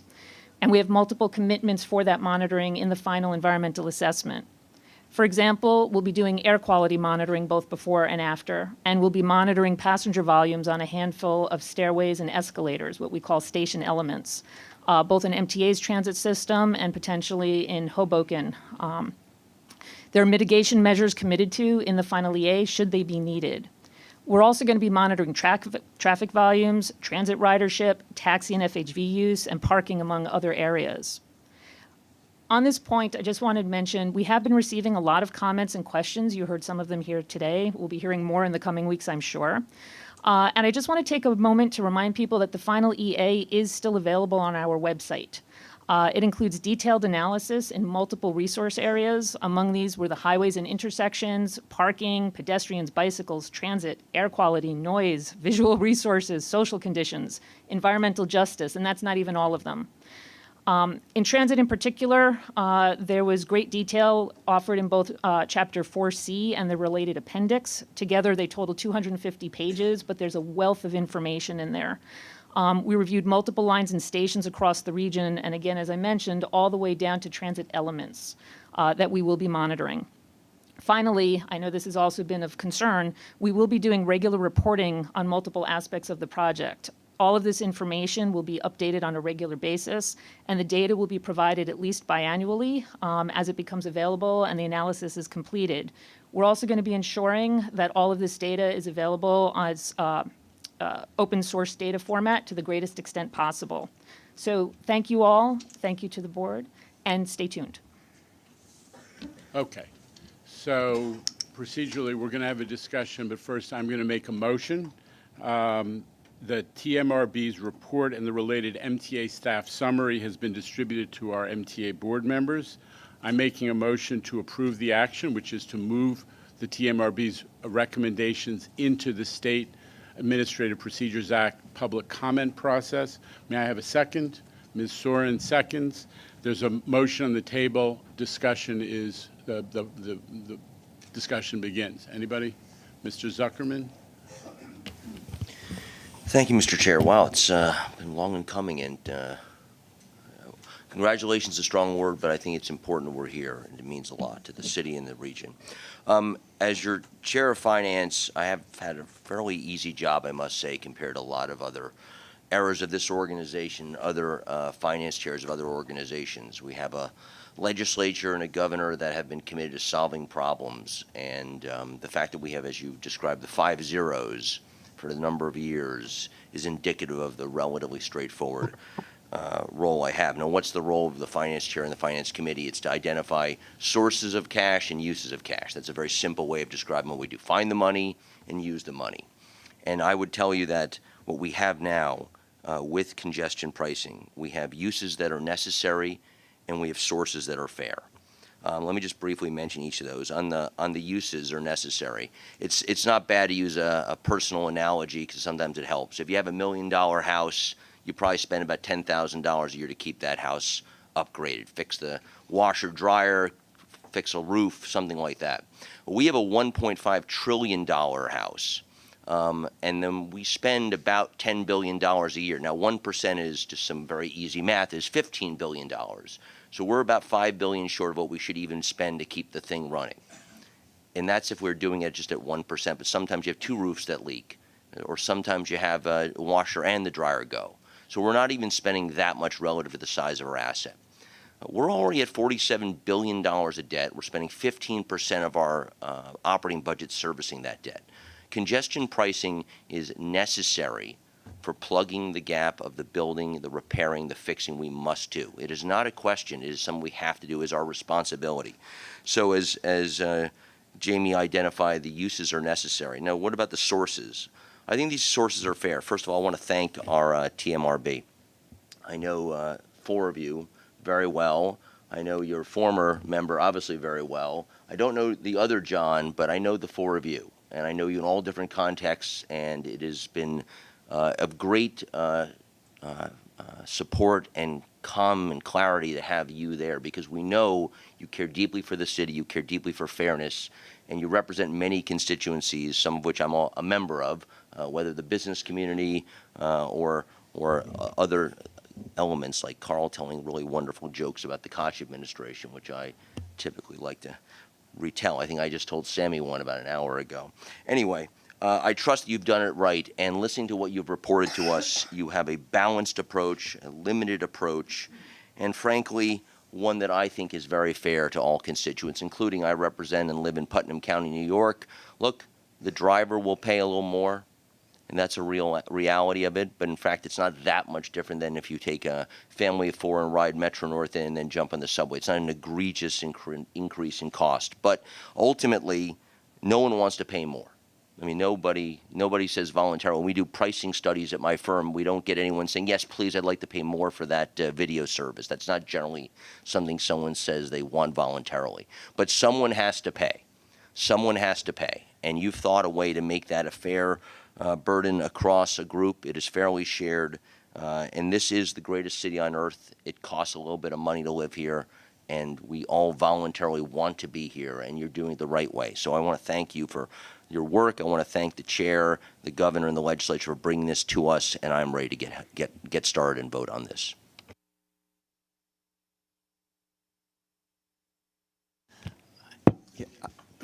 I would like to, of course, thank the members of the TMRB for having done an outstanding job on a very tough job at that. Obviously, not everybody is going to be happy by this report, but as Finance Chair Zuckerman said, we are the envy of most cities in the country in that we have a $1.5 trillion asset here. We must take care of that asset. Nothing gets cheaper the longer you wait, and so we have to start right away. There has already been service improvements that many of us have seen and noticed. But I'm wondering how reactive will we be to massive increases in ridership once this congestion pricing goes into effect? How quickly can we institute increases in service? Will we have to wait for PICs to be issued and that sort of thing? What will be the process for increasing service when people start coming to us? That is one of my questions. I think that's a question I would throw back to, that was looked at as part of the TMRB report, capacity issues. So why don't we, I'll throw that back to Juliet, but let's let other members get their voices heard. Let me just ask the other question, which is, we have heard and we have seen news reports on people shielding their license plates and getting away with murder. I remember the MTA found and finally hit a motorist with some pretty high levels of back tolls that were not paid, something in the area of $4,000, I believe it was. So I'm wondering, will we be upping our enforcement of people who evade the tolls? Okay, so you raised two questions. The second one is what's the TBTA doing, and what are they going to do about toll enforcement? And we'll get to that in a moment. But I want to let other members speak. I think I was going to recognize Ms. Valdivia and Mr. Chu, then Mr. Glucksman, Mr. Mack. But Ms. Valdivia. Thank you so much. So thank you to the MTA staff, the TBTA staff, or the Bridges and Tunnel staff, Allison and Juliet. You really helped to lead this effort, and I always love to see women leading, so thank you so much. Thank you to the TMRB for all of their hard work. This is very impressive. I thought when I would look at the document, I would have a lot of comments, but I really felt like there was a lot of thorough investigation. And it's clear to the members, I want to thank you all because to recognize this leadership in this high pressure situation, it really continues to be a model for future leaders. You've all given so much to New York City and the region, so I really want to thank you for that. Thanks, of course, to the FHWA for, we wouldn't be here without them. NYSDOT and New York City DOT, I know you all have worked collaboratively together with these agencies. So, I'm really proud today to have the opportunity to vote to advance these recommendations to the public hearing process, and I think that SAPA process will be important. And it's really important. We're going to provide $15 billion in essential support to the MTA's capital program. And this tolling program will provide critical benefits, as we know, and the MTA has, told us, the media, the public, each time they could. There was a rally yesterday, which was a very impressive turnout, discussing the public benefits, including lightening up our congested streets, making our air cleaner, making our roads safer. So I'm really excited today.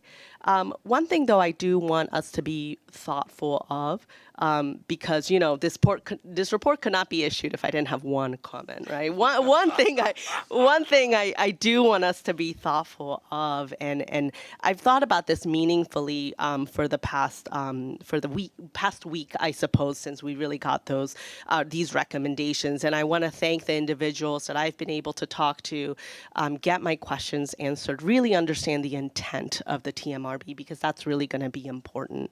And it's important to me as a board member.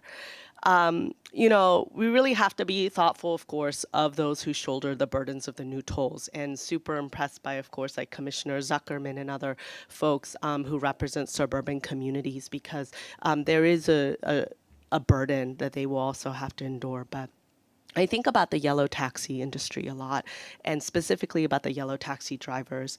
They are still struggling to recover from the pandemic. There's still 54% fewer trips in the Central Business District and 25% fewer taxis on the road compared to October 2019.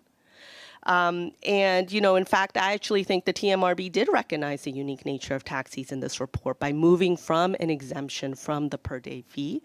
And, I've also noted here that, there is a very prominent coalition, Congestion Pricing Now, that's made up of 30 community groups, think tanks, environmental justice organizations, and they've also called for special consideration of taxis and an exemption of taxis, given the amount that they have suffered in the past decade. I also want to highlight kind of their criticality as a public good. Yellow taxis specifically took on an essential city service during this global pandemic when delivering foods in the darkest days. And so they delivered, I believe it was about 1 million meals a day. So we really rely on this transportation mode when we can rely on no other during emergencies. As part of our Office of Emergency Management plan in the city of New York, taxis do play a role in that. And that is different from private vehicles, different from other kinds of fleets that we're looking at in New York City. And I think it would be responsive, I think under FHWA, the Federal Highway Administration's perspective on environmental justice communities, taxi drivers fit in that community classification. So I think there is kind of a case to be made for a deeply narrow exemption for taxis. And for these reasons, I do think the board should consider it as we look at the SAPA process. And I think for some of you that understand my career history, I have worked with taxis in the past in the taxi industry, taxi drivers, Uber drivers. You would not be surprised to hear my comments today. I will say I don't say this lightly. Right? I say this as a professional that's worked alongside advocates, policymakers, business leaders as yourselves that's advocated for congestion pricing for the past decade. So I understand what it means to ask for an exemption. I understand, and I'm very impressed that the TMRB has no exemptions really, or very, very tiny exemptions in the report. I don't take that lightly. I applaud your efforts in doing that, because that is part of to ensure that we're not having a slippery slope. So that's really important. And so I do want to highlight, I don't take this request lightly, but I do believe exploring a deeply narrow exemption for taxis are critical to the continued kind of resurgence of this industry. And I think about the taxi drivers every day who are upholding this industry and who are part of this environmental justice community. So that's one thing that's been on my mind about taxis and how we think about taxi drivers. Another thing that's been on my mind is about capacity in transit. I'm really appreciative, Rich, of the presentation I think we got from Sarah Weiss about the capacity that is available in transit. But I'm still also interested in a day one plan. What does it look like on day 1, day 10, day 30 of congestion pricing? As we see, I don't know what the timeline looks like for a pivot to transit, but similar to Andrew's perspective and Commissioner Albert's perspective, what does that look like to ensure that we have robust service? Because whenever we have disruptions in service, we are literally making it more difficult for people to kind of move around the city. Transit becomes more critical than ever, which is actually what we've always wanted, right? We want transit to be critical, and we want to uplift that public good that public transit is. Lastly, I shout out to Allison again for your work here at Bridges and Tunnels. On communications, I look at the staff summary, it's very complicated. And so this is not necessarily an easy system for an everyday driver who is making hopefully a behavior choice or behavior change. It's not an easy system to understand and follow. And so how we think about simplifying it and making it clear, but also making it exciting, kind of in the vein of Move New York. We're actually going to move New Yorkers now. And this is what we're trying to do with congestion pricing. So again, really excited about this report. Really impressed with the amount of effort that it's taken to get here. We're here, and I'm excited to vote yes and move forward. But I would just like to note my special consideration request for taxis. Thank you. Okay, thank you. Mr. Chu, Mr. Jones, Mr. Mack, and Ms. Lopez, Mr. Glucksman.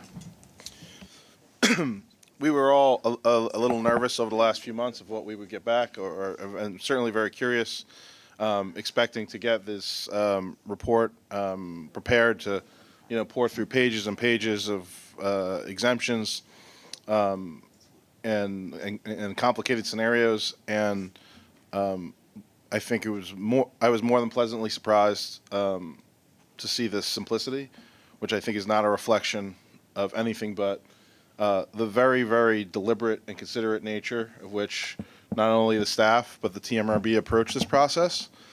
I think one of the things that's most impressive about these recommendations is how clearly devoid the final recommendations are of both any arbitrary inclusions as well as anything that reeks of politics, which is not a surprise to me given the composure of the TMRB. So I want to express, my gratitude. I know many of us are grateful for the work the board did, and of course, staff, Juliet and her staff, and I hope Juliet has a vacation booked shortly. As someone who's been around policy for the better part of the last 2 decades, as a business owner, as a lifelong New Yorker, having grown up around the boroughs, in Canarsie, and now living in Long Island for past 20 years of my life.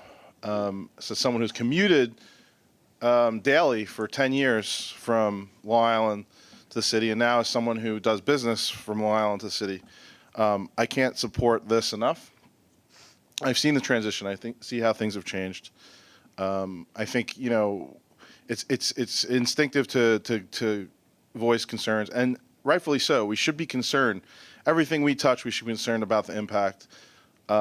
But I also know that $15 for pales in comparison to the cost of a truck with even 1 or 2 employees sitting in traffic for even a half hour, 45 minutes. I've seen the progression. I choose mass transit almost all of the time, but I do drive into the city occasionally from Long Island, and I've seen the difference. I've seen how much longer it takes year after year after year. Hoping that congestion will alleviate itself is not a policy. Hoping that emergency management vehicles will find ways to move around congestion quickly to aid people is not a policy. Hoping that climate change is going to solve itself is not a policy. We have had many opportunities over my short tenure on this board to touch some really, really important things, and this is right up there with that. This is a historic policy.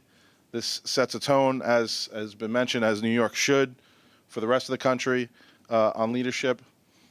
We don't live in a time of easy decisions. So nothing about this was easy. Going forward, it won't be easy, but it's the right thing to do. I'm supportive of this. I'm grateful to all the work you did. The questions I have go forward, which I think we'll have time to discuss, over the next couple months, is this is, dynamic. We live in dynamic times, so I think we will need to be conscious whether it's not we, leave the TMRB in indentured servitude in status, or whether it's a construct we put up for our own board to monitor this data. I think the tolling infrastructure we're putting in is also going to allow for unprecedented data on how traffic moves around the city and in and out of the city.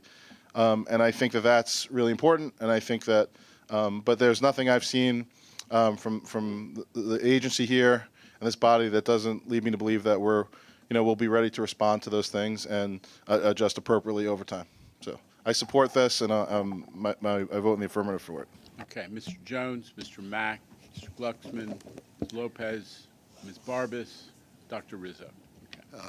I, too, would like to thank the TMRB and Carl and other members who I've worked with in different capacities over the years on taking on a very complex issue. I think it's a great step forward for the MTA, and now we go on to the next process where we'll get public comment again. I think we've spent far too long debating this. I think it's time to implement it. I would especially like to thank the TMRB for taking a second look at low-income drivers. This has been an issue of great concern.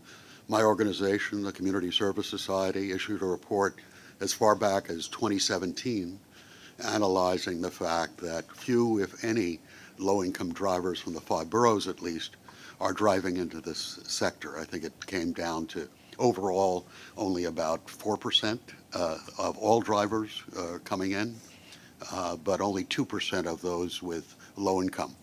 But the fact that the TMRB is going to help those relatively small numbers, I think, is critically important.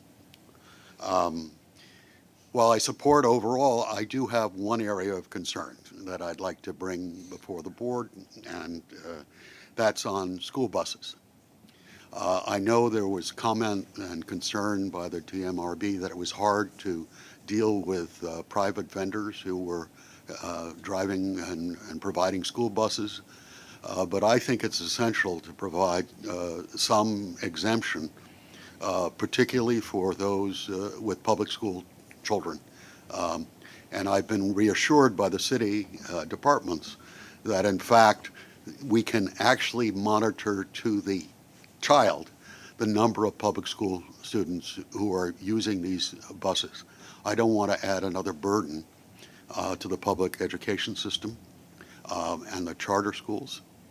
I would, however, not provide such a benefit to private schools. That, I think, would be inappropriate, but we should help public schools in any way we can. We think that it would almost be a de minimis cost if we talk about the numbers of children coming in and out on school buses into the central business district. And we think this is one exemption that should be considered. But again, thank you to the TMRB. You did a terrific job. And what I told Carl, that no good deed shall go unpunished, this was certainly that. But what you did was extraordinary. So thank you. Okay, Mr. Mack. Well, I have to echo everybody's thank you, your hard work. I'm sorry that John left the board. But I think that I am certainly in favor of helping this MTA. Been here the longest individual. On and off, unfortunately, due to a little riff. But I do represent Nassau County. But I also think of Suffolk, and I think of the outer boroughs. And I also think of the Upper East Side and the added congestion that this will also incur. Also, regarding Andrew, are you aware that New York City has canceled the next 4 classes? So there will be no enforcement. And the MTA has a class. They're welcome to come to Nassau. I told my commissioner last night. We need more law enforcement, but that's not the issue. This is a boon to the for hire cars, to charge more. Ever since they opened up the hire cars, this has caused a tremendous congestion, double parking. Years ago, we wanted to charge for trucks at night. To give trucks a break on the bridges and tunnels at night, so there wouldn't be congestion. I'm having lunch with Eric Adams in a shanty, and 2 trucks back up. That's 2 lanes that we lost. And they start delivering packages. What congestion, Sammy, does that have? So it's not only traffic.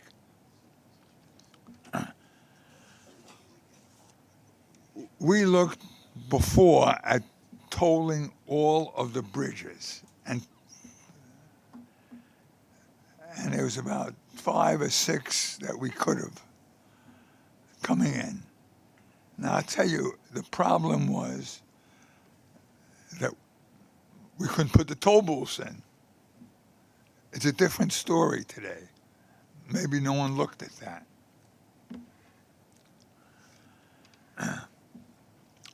The outer boroughs, the outer counties that want to come to the museum, visit their kids, have dinner. Well, I have to change my dinner. I'm going to come in at 9 o'clock. Ridiculous. Retail, there's a host of other factors that this congestion pricing plan can possibly hurt. I want to make sure that we are funded. We got government. We should have federal aid. We have good representatives in Congress.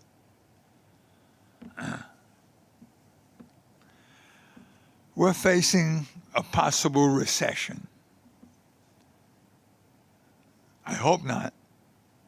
But if it happens, and there is a slowdown, everyone's going to get hurt, including us.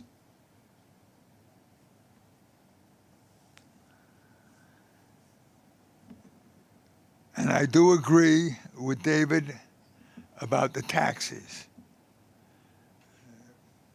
They have suffered because of the for hire. But this will be a boon to them to charge more. And I've noticed who uses mostly the for hire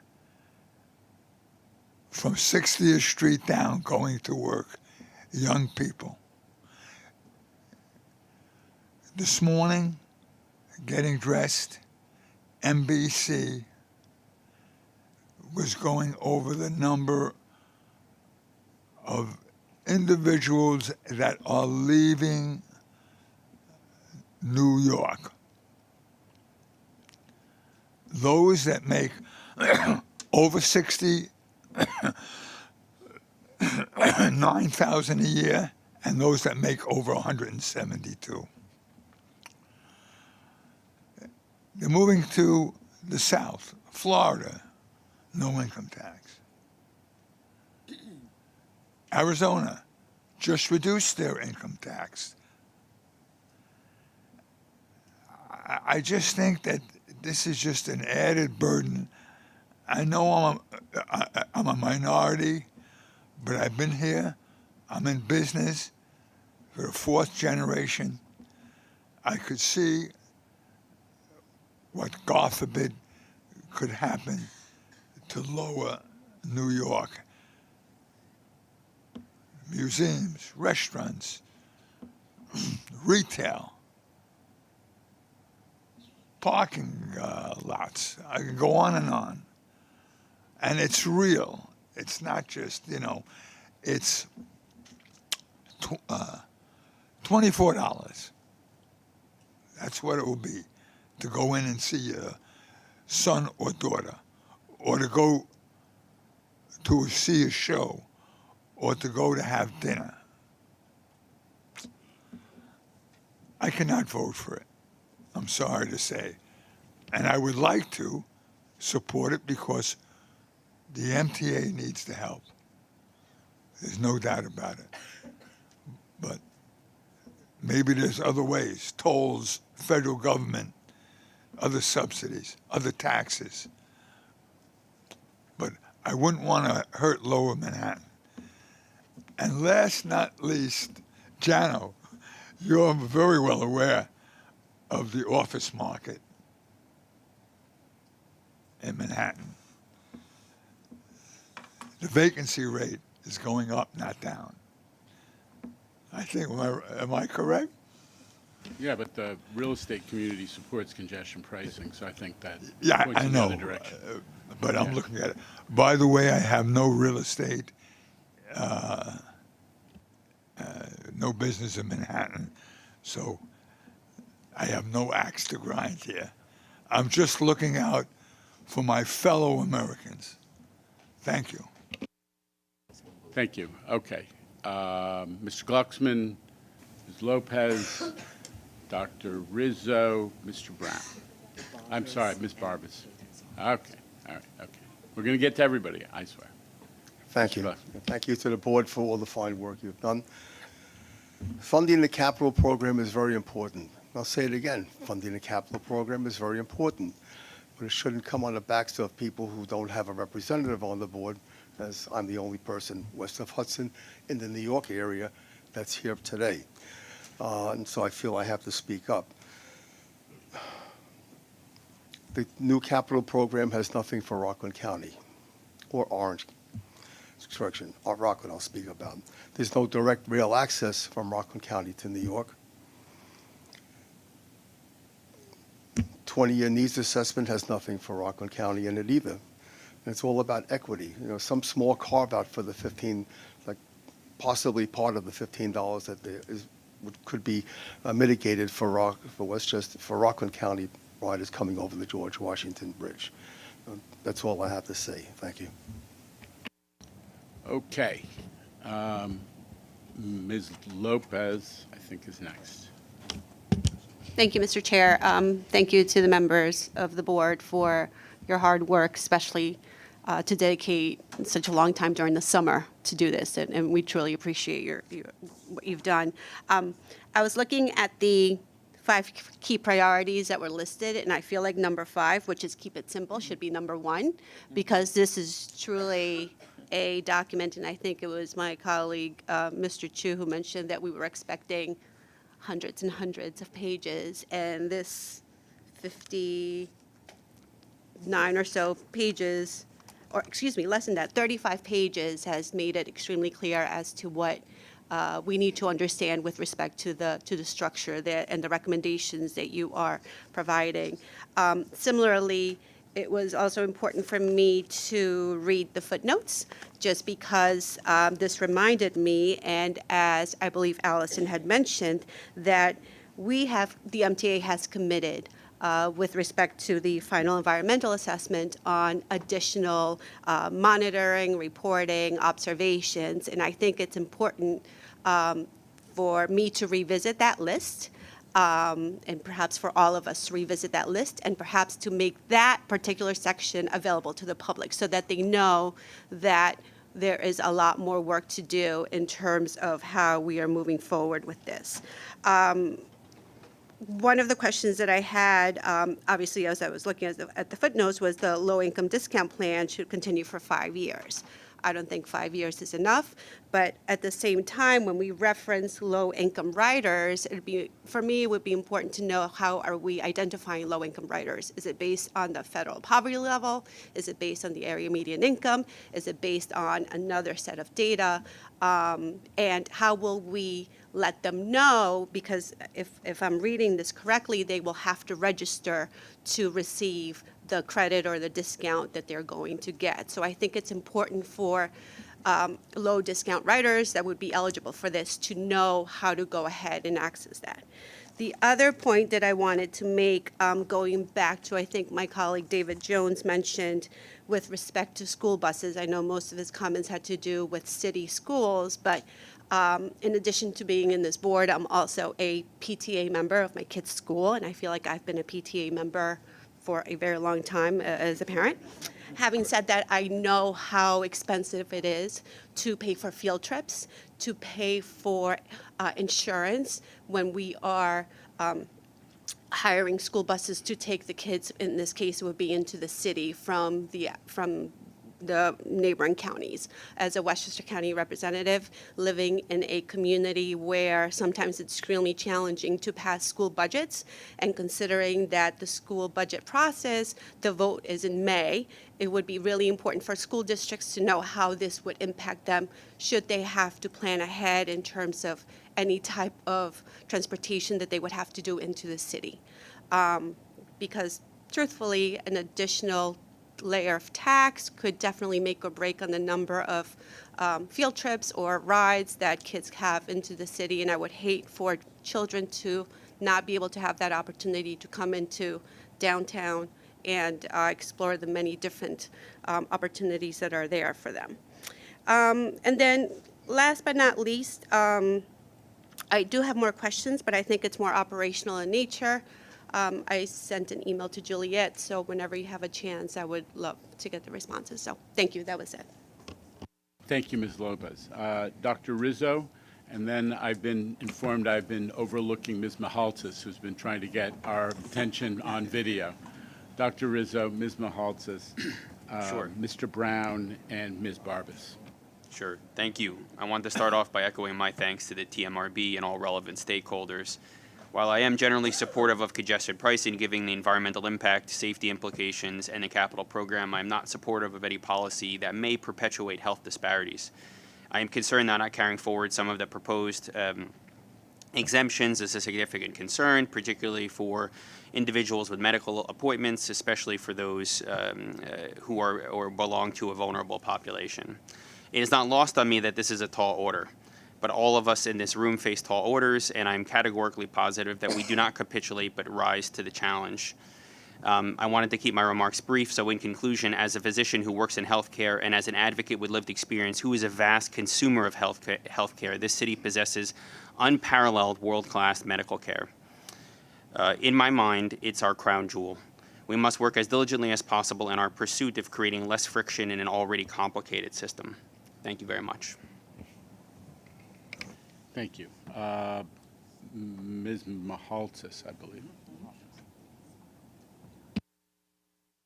Thank you, Jono. Thank you, Juliet. Thank you, Allison, Carl, and John, Liz, excuse me, and Kathy, and the rest of the members of this the TMRB for all the great work that you've done.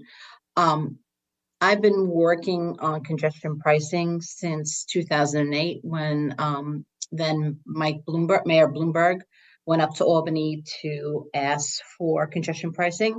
And I often think what our system would have been like had it happened then.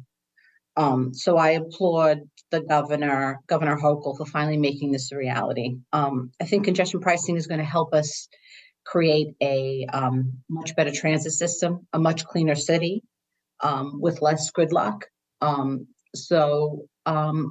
happy to move the process forward. Thank you. Thank you, and feel better, Hada. We know you're under the weather, so thank you for participating. Mr. Brown. Yeah, thanks for the work you guys have done. It's one thing to pass a law. It's an entirely different thing to implement the law and cover the details. And you guys have shouldered the responsibility, and also thanks to the staff members of the MTA that work so diligently on this. But enough of the thanks. Everybody's thanked everybody here. You know, congestion pricing, I look at it as it's a statement of faith in the MTA service by the public, and many times we're an institution that the public loves to hate, yet the public rose to the challenge of passing this legislation in 2019, and you guys have driven it forward with solid policy proposals here. Particularly, I do feel that although John resigned from this board, you can see his fingerprints in a lot of these things. I know a lot of these issues that look like solid public policy to me came out of his mouth, and I'm thank him for his service as well. You know, and I'm not trying to throw cold water on it, but I think we have to have in perspective what the public's, how important the public's faith is in what we're doing, and the public has a right to expect ultimately more and better service from the MTA. And while I recognize that, in some terms we have, there wasn't much slack capacity on the trains I took in today. I'm an old guy. I stood on both trains, very tight service. So maybe it's all coming back to the way it used to be. Great. We'll all be packed in like sardines. So I'm hoping that, without congestion pricing, it really won't be possible to drive the capital plan the way we've planned to drive it. That said, and I don't even like the "that said" thing, because you always come with some sort of verbal bomb after you say "that said." But congestion pricing has lost 20% of its value since it was legislated. They put that $1 billion number on it. I know it's something we've had to move around, but since 2019, according to the Bureau of Labor Statistics CPI numbers, the best I could figure it, it's slightly more than 20% of its value. And even at that, it did not pay for the entire capital plan. So the rest of the capital plan depends on the faith of the public. So keeping service, some result in service, improved service for the public to hang on to is very important. If there's not more and better service ultimately from congestion pricing, public support, which is absolutely necessary for the balance of this capital plan and the next capital plan and the one after that, which will not have the congestion pricing boost in their money. That's all necessary. It's absolutely necessary that we get more service out there at some point on the trains and the buses. Thank you very much. Okay. Ms. Barbas. Thank you, Chair. Again, thank you, Team RB, and everyone who put in all this hard work. I think our goals and objectives are incredibly important, as everybody has stated over and over again, so I'm not going to do that. What I'm going to emphasize is the implementation, the execution. This is where all great plans do fall apart, as we know. So on the basis of good foundation, we need to really increase our efforts into monitoring and being very nimble in understanding where the changes are happening and being able to adjust for that in a timely way. So monitoring, I say instrumentation because one comment I'm going to make, and I know we're short on time, but I'm going to make a comment that is not very obvious to most people. The heavy trucks, and I'm not talking only the overweight trucks, but there are heavy trucks utilizing our roads and bridges that we can monitor with weigh and motion stations to understand the impact and the toll that they have, no pun intended, on the destruction or the maintenance effort, which is a huge number for MTA. It is a huge number. So right now, the trucking industry is making heavier trucks, and the axle design is different. Even the way the tires are inflated are different. So these point loads are really causing damage potentially to a lot of our bridges. Instrumentation, monitoring how this goes, the technology is there. We really need to do this because it's a user cost, isn't it? And we're talking about our financial costs. And I've been told that, well, this is not congestion. Yeah, when the bridges take lanes out, it is congestion to do their repairs. So I think this is an important comment that we should monitor and see how that unfolds. Thank you. New entry, Ms. Soren. I started with a motion. I have to end it with a comment. I'm going to keep it extremely brief. I just thought it necessary. First of all, I can't imagine the amount of work that you put into this.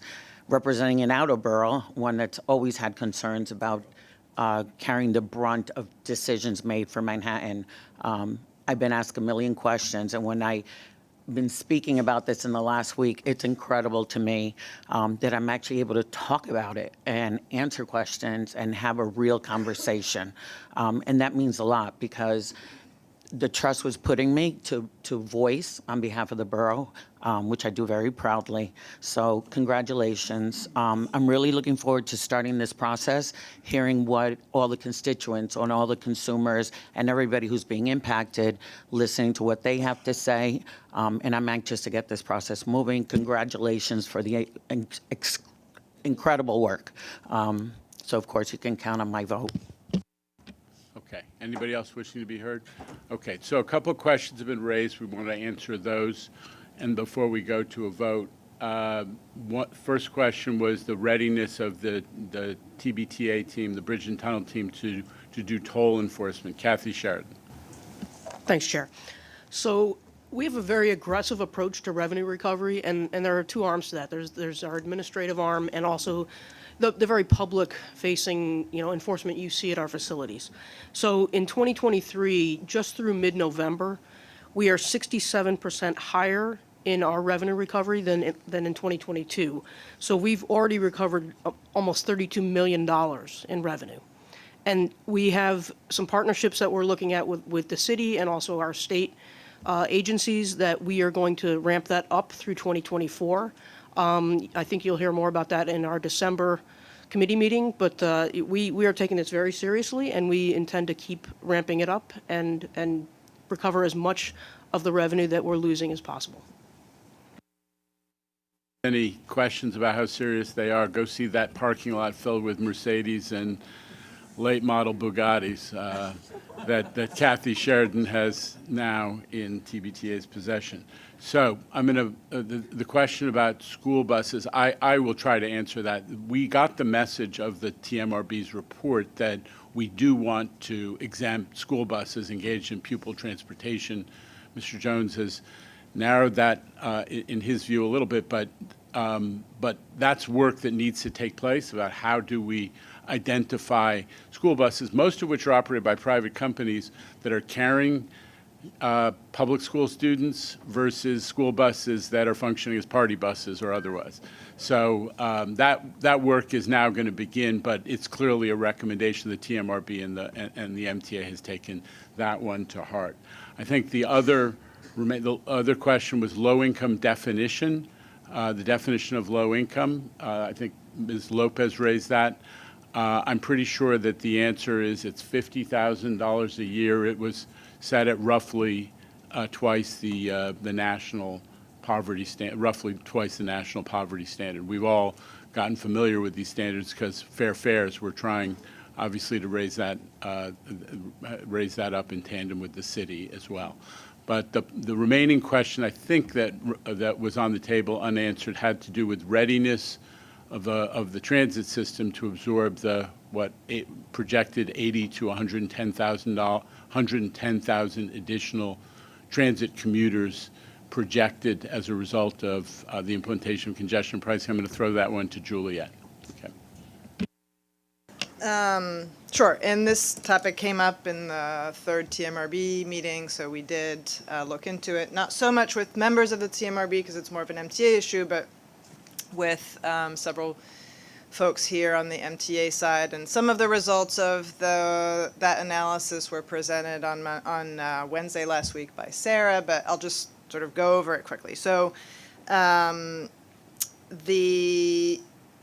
we looked at a couple things. The first thing we looked at is the extent of the network that exists today. Not just our network, but public transit network in the region, obviously the most extensive by a long shot of anywhere in the country. And what we learned is that of all the commuters to the CBD, 700,000 of them live within walking distance of a subway or a PATH train. That is more than half of all commuters to the CBD live within walking distance of a station. More than 600,000 commuters live a short drive from a commuter rail station. There's plenty of parking. We looked at that. And then there's the MTA's express bus network, 75 lines across 5 boroughs, and more than 400,000 commuters to the CBD live within walking distance of those stations. So really, all in all, out of the 1.5 million people who work in the CBD, all but 35,000 have easy access to transit. And that's just subway, commuter rail, express bus. That's not counting local bus. You know, I understand that local bus, sometimes you have a couple trips to get into the CBD, but just on subway, commuter rail, and express bus. The second thing we looked at is available capacity. We've talked about this as well in previous TMRB meetings. So congestion pricing, as Jano said, is expected to bring 80 to 110,000 new trips to public transit. And even after that happens, the subway system will still be 30 to 50% below capacity. Commuter rail will still be 30 to 35% below capacity, and the express bus system will still be 40 to 60% below full capacity. There is still a lot of room on the system. Are there occasionally, a busy train? Yes, of course, but there's another train right behind it, and there are, there are many transit options for people who want to take transit. I never, we're in the transit business, so let it not be misunderstood. We want to run more service. We're trying to, I think the point that Juliet has conveyed is that right now we are very much ready and excited to accommodate the projected movement of a portion of the driving public to transit, that we do have plenty of room on transit, but that does not mean that we're going to stop pushing to increase service. I talked about 40% increase on Long Island Railroad service. We've increased 12 subway lines, and we're going to keep looking for opportunities to do that. We are, as part of the Queens bus redesign, looking at potentially an additional express bus route, right, Rich? And growing service of bus service in Queens, which is the most bus-dependent borough, and that's been a great effort in tandem with local electeds and community stakeholders that is coming to conclusion pretty soon. So, real opportunities to continue to grow service, but we are ready to accommodate folks who want to try out the transit system if they've been driving. Other comments, questions that I left unanswered as a result of this, Midori. Hi, thank you. I have a follow-up to this line of discussion. So when it comes to transit, I understand that you're saying that there are capacity issues. So as Lisa mentioned, she's from the Bronx, I'm from Brooklyn, and I actually live near the B&Q lines, and for the past, I think, 8, 9 to 12 weekends, because of very good work happening related to replacement of tracks and doing the very work that we want to do through congestion pricing, that state of good repair for middle of Brooklyn, the queue was unavailable on the weekends, and so there was a lot of shuttle bus work. And so, of course, a lot of kind of community angst around it, but at the same time ensuring that people understood the immense amount of work that was taking place in those stations. So what is the MTA thinking about, perhaps differently, perhaps not, to address this kind of the very real work that needs to happen on weekends, knowing that there's this congestion charge, and then so that transit is kind of impaired to do this real work, and thinking about, you know, additional service those weekends, you know, the shuttle bus situation. Some people like it, some people don't. It actually creates a lot of congestion, thinking specifically about Ocean Avenue. So kind of what is your response to thinking about in this new kind of paradigm that we're in when there are service disruptions because of good capital work that needs to happen? What are we thinking about service then? Okay, so we're officially holding the TMRB hostage to our MTA operating discussions. Yes, I think we've moved on. Thank you. I'm going to ask Rich to answer that question, and then I hope we can, with everyone's understanding, move to a vote. Yeah, so a few things, Ray. I mean, obviously, one, we've added weekend service, right? So for lines that are running the GJ&M, we added in July. We added more on the 1 and the 6 in August. And we're actually expanding the span on the 1 and the 6 this month. And we've got a spring, which I'm not prepared to quite announce yet here, but we've got some additional ads we're going to do in the spring. So just in terms of service there, and you also know we appointed a weekend czar, right? So I think even putting aside congestion pricing, we had a concern at transit that we could have been doing a better job running weekend service. And the reality is Demetrius, Frank, and the team have been, because we're a lot more coordinated. We're having the best weekend service I think that we've ever had, maybe 85, 86% on time now.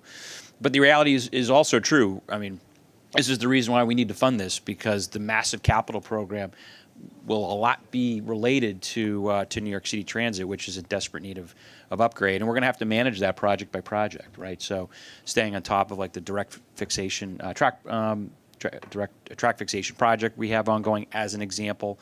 But there's going to be a lot more of that across the system over the years.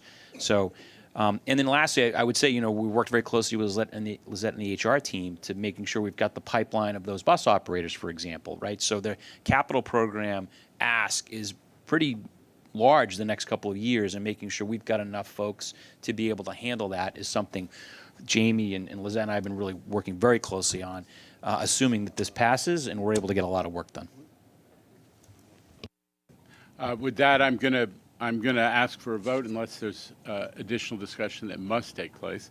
There's a motion on the floor, and there's a second to move the TMRB's recommendations into the SAPA process. I'd ask the voting members to, by show of hands, those voting yes, keep your hands up so that we can, okay. And opposition? Mr. Mack. Any abstentions? Okay, the motion passes, and we're now prepared to move on to more routine board business. But first, I want to give a hand to the TMRB.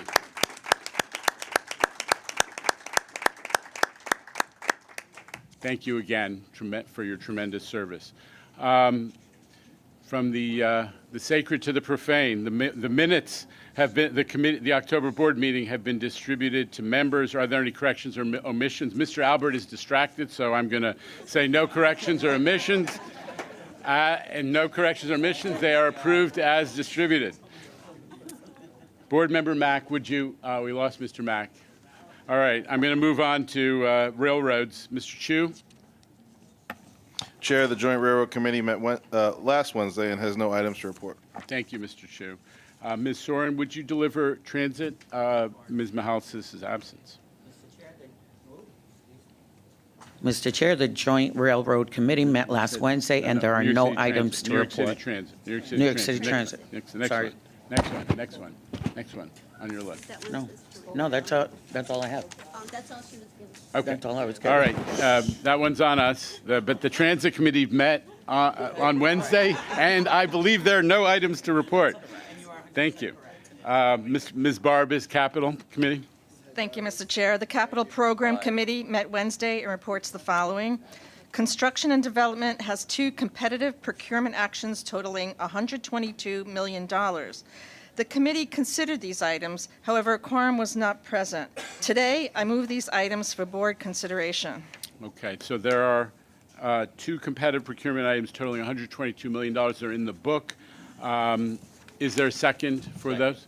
Mr. Zuckerman, second. All in favor? Aye. Any opposition or abstention? The items are approved. This concludes the Capital Program Committee report, Chair. Doubling back to Mr. Mack for the Bridges and Tunnels Committee. Yes. Mr. Chair, there are 3 procurement actions for approval of the board.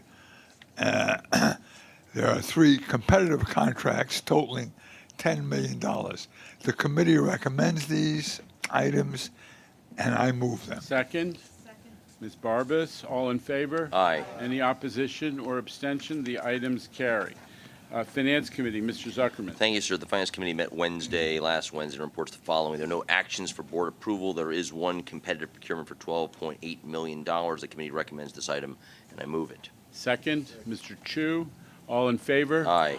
Any opposition or abstention? The item is approved. There are 6 real estate items this month. There is 1 administrative action item for an MTA agency modification of the existing policy covering license transactions for non-revenue generating uses on MTA agency property. Yes.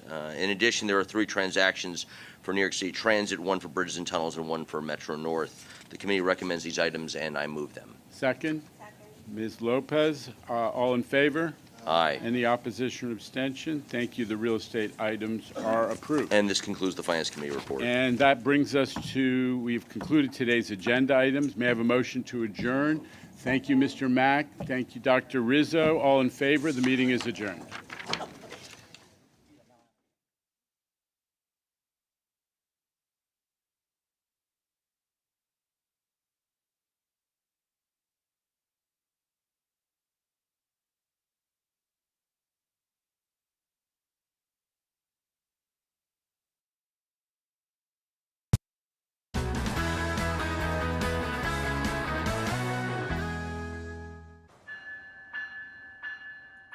You can see this one, the 401, the 202, the Brookville. Every engine does the same thing, but slightly different. Working on trains is pretty cool. Being an electrician here is special because there's not many opportunities to work on equipment this large. These are like supersized. The power that these things are able to generate, it just makes it that amazing, that cool.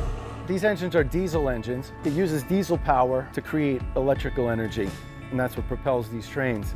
As an electrician, our daily objectives are to maintain this equipment. It's changing light bulbs, repairing any wiring, any damage, any sensors, any transformers. Anything that has to do with the electronics for the trains. I work on a lot of PTC, positive train control. There's a warning system, it's a braking system and control system. For example, there might be a 30-mile-an-hour turn, and if the engineer doesn't control that, the train automatically brakes on its own. That's the most important system that we check here. Our job is very important because it makes it safe to be out on the road for the passengers. I fix everything as if somebody's watching all the time. I make sure my job is complete and the train is safe. It's a railroad lifestyle. I enjoy the people. I enjoy the work. You create friendships here. Being an Air Force vet, there's a pride in what you do. I have that pride in what I do here on the railroad. I get to see the results of my work every day, the trains going by, and I know I was a big part of that. Being an electrician here is so special that we're able to, and lucky enough, to work on this equipment.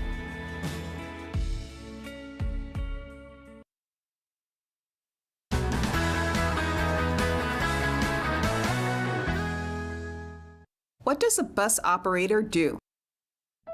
John Winicki, I'm a New York City bus operator, and I've been operating a bus for 26 years. I work out of the Michael J. Quill Depot in Manhattan, and I operate the M60 bus. As a young child, I used to ride the bus with my father. He was a bus operator at a Flushing depot. Just watching him driving the bus, it made me want to do the same thing. A bus operator's day starts out at the crew dispatcher's office. They either go out and see the yard dispatcher, get a bus to make sure the bus is fit and ready for service. they check a variety of things, and they'll then pull out and start their day. Or a bus operator may not have to pull out a bus, but may relieve a bus out on the road.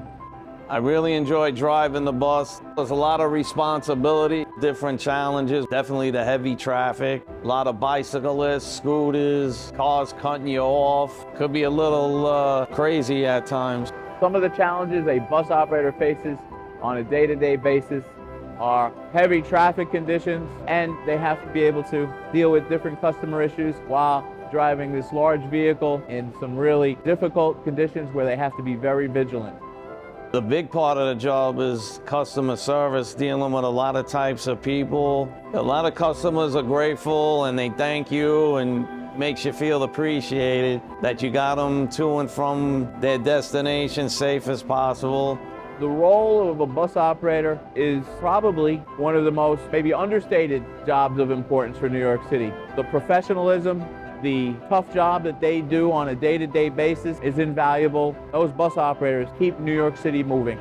A lot of times after a long, difficult day, you're like, thank God I made it and got everyone to where they're going safely, no problems, no incidents.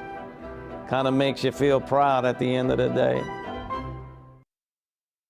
Greenhouse gases have infiltrated the atmosphere, and we've been doing that over the last 100 years, not intentionally. But at the end of the day, I'm very optimistic about solving the climate challenge because what I've seen over my 35 years here at the MTA is amazing change. And that all begins with the engineers and architects here at the MTA.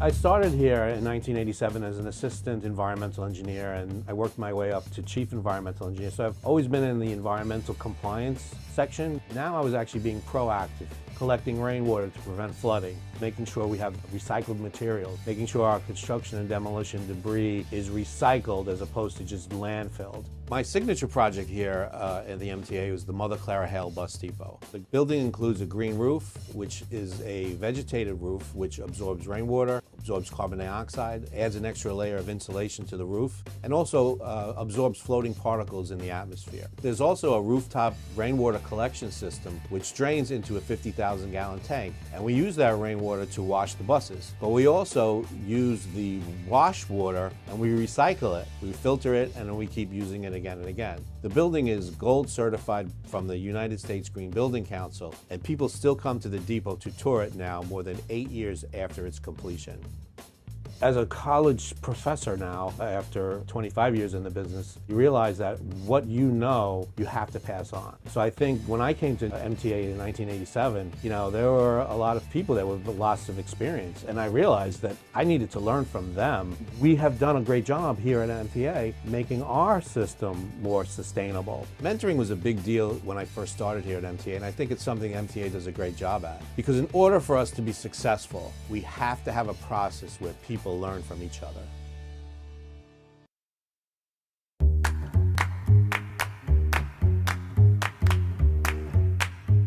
If you ride the subway often, you might have heard that a train is delayed because its brakes were activated. But what does that really mean? Let's take a look at the 3 ways a train's brakes can be activated. During regular train service, a train operator uses the service brake to slow and stop the train. If the train operator notices something dangerous on the train or the tracks ahead, the train operator applies the emergency brakes manually. This releases the air pressure from the braking system, requiring the train to use friction brakes only to bring the train to a stop as quickly as possible. If a passenger pulls the emergency cord, this will apply the train's automatic brakes. But a sudden stop could present harm to yourself or others. The emergency cord or handle should never be pulled while the train is in motion, unless the movement of the train presents an imminent danger to life and limb. It's only safe to pull the cord when you are in a station, where emergency services can get to you faster. Once the emergency brake is pulled, the brakes have to reset before the train can move again. A train's emergency brakes can also become activated by a tripping device. This is a small lever on the tracks that quickly triggers the emergency brakes and stops the train when it encounters something unusual on its journey, like debris or a signal malfunction. The train crew is required to inspect the train inside and out whenever the brakes are activated, to make sure everyone is safe and to locate what triggered the brakes. And sometimes this occurs in hard-to-reach spaces that take the train crew longer to navigate. The train crew removes the object that triggered the tripping device using a shoe paddle. If everything looks okay to the train crew, the train is back in action within a few minutes. But in the meantime, conductors are always actively communicating with you and keeping you updated. So next time you hear that, or from the bottom of a train before coming to a quick stop, remember, it's for your safety. We're always working to reduce any unnecessary use of emergency brakes on your subway ride. But when properly applied, they are vital to our transit system that keeps millions of New Yorkers safely moving every day.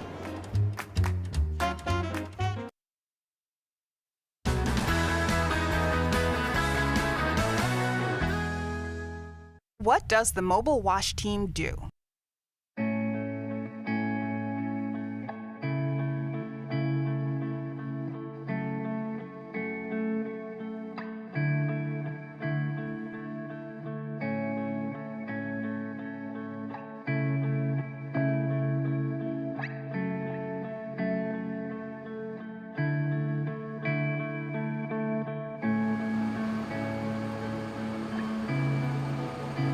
My name is Ferdo Chowdhury, Supervisor Mobile Wash Team.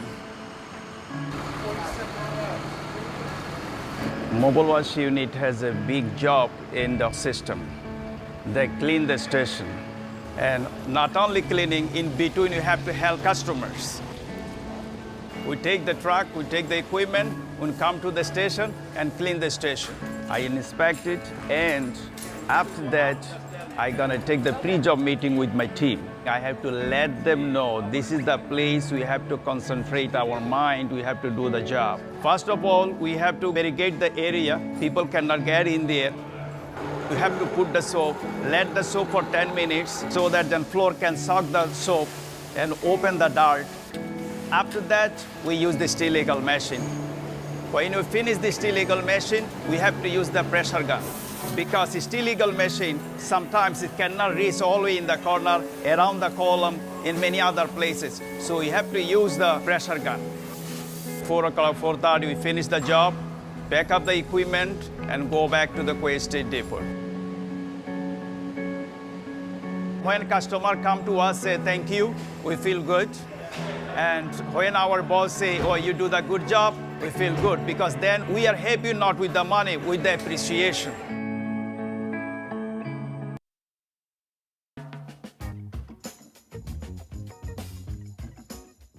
My name is Ron Jones. I'm a yard master for Metro North Railroad.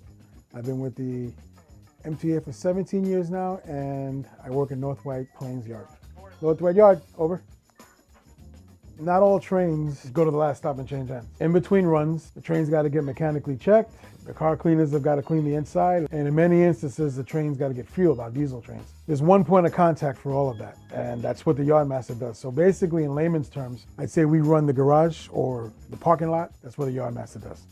First thing I do when I come in the morning is look for my first 3 departures. We can't allow my turnover from the overnight yard master to me, allow that to be delayed. So the first thing I do is find out where those 2 trains are, and when ready, give them permission to leave the yard. After that, I start to set up my day. I designate particular tracks, and basically I set up a lineup for the rest of the day. I gotta let this train go. North White Yard 544, OK South. Garrett, you guys have a good day. Stay safe, over. For those people who are interested in careers, the Metro North is really well. They do really well with hiring from within. Just about everybody that I work with at the management level, at some point have been a cleaner or track department, or in my case, third rail. And if you want a meaningful career, Metro North is a real good company to work for.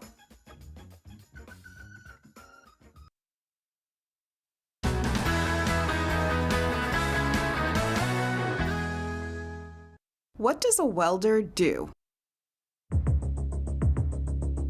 Maribel Rivera, CMA, car maintainer. I'm a welder at Transit, and I've been working here for 20 years. Some of the things I work on are like door operator arms, the linkage that goes on the door. It's a very important part of the train. Welding has to be done precisely in order to keep those doors safely opening and closing so nobody gets hurt. I also work on parts that have come to me in an emergency and they need to go out right away to be replaced on the trains that are going out. So it's a challenge to me. And I like a challenge. Welding is so important to New York City Transit because everything's made out of metal. There are certain parts that have wear on them that we have to refurbish. We can't just buy new parts because no one makes them. So we fabricate many parts, and there's always repairs to be made, and we need experienced high-end welders that can do any kind of welding. I have to create a safe product, a solid weld with no contaminations or impurities, where that weld will stand vibrations from the train and keep the ridership safe. It's pretty detailed work. And that's what I like about welding. I would say that the welders we have at New York City Transit are among the finest in the city. Our welders from this shop, 207 Street Overhaul Shop, they've cut trains out of tunnels. They were at the World Trade Center site working on a scrap heap. I go to bed at night knowing that we have the best that the city has to offer in a very difficult and a very important role. By presenting a good product, a safe product, I'm able to help transit keep trains moving and the ridership safe. It just makes me proud that I'm able to be an important part of transit.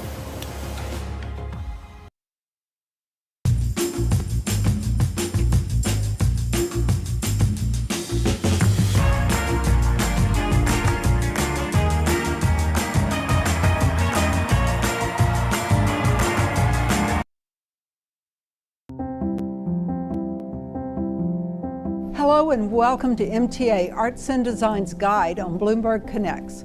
I'm Sandra Bloodworth, Director of Arts and Design, and I'm pleased to share with you this experiential guide to the artwork across New York's transit and rail system. Since 1985, Arts and Design has commissioned 400 site-specific contemporary artworks providing meaningful connections between subway and rail stations, neighborhoods, and our diverse ridership. Traveling through the MTA network, you will experience a first-rate art museum of permanent works created in mediums such as mosaic, metal, and glass.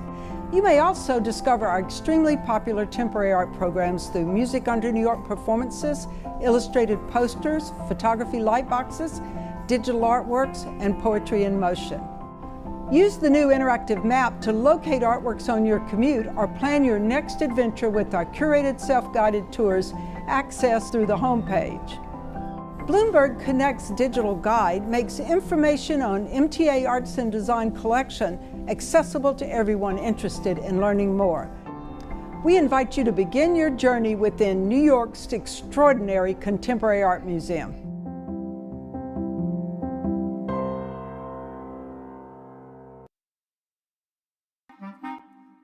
Sometimes the public may call us train drivers. Honestly, it doesn't bother me because I know they don't know. My name is Keisha Cole. I'm a train operator, and I've been with MTA for 6 years. I work on the 7 line. It's approximately 21 stops from Main Street to 34th Street, and it takes about 36 minutes from end to end. My name is Jim Van Name. I'm a train operator for New York City Transit. I've been here about 3.5 years. I operate the train on the Q line, which end to end is approximately 44 stops, and it takes me about an hour to complete.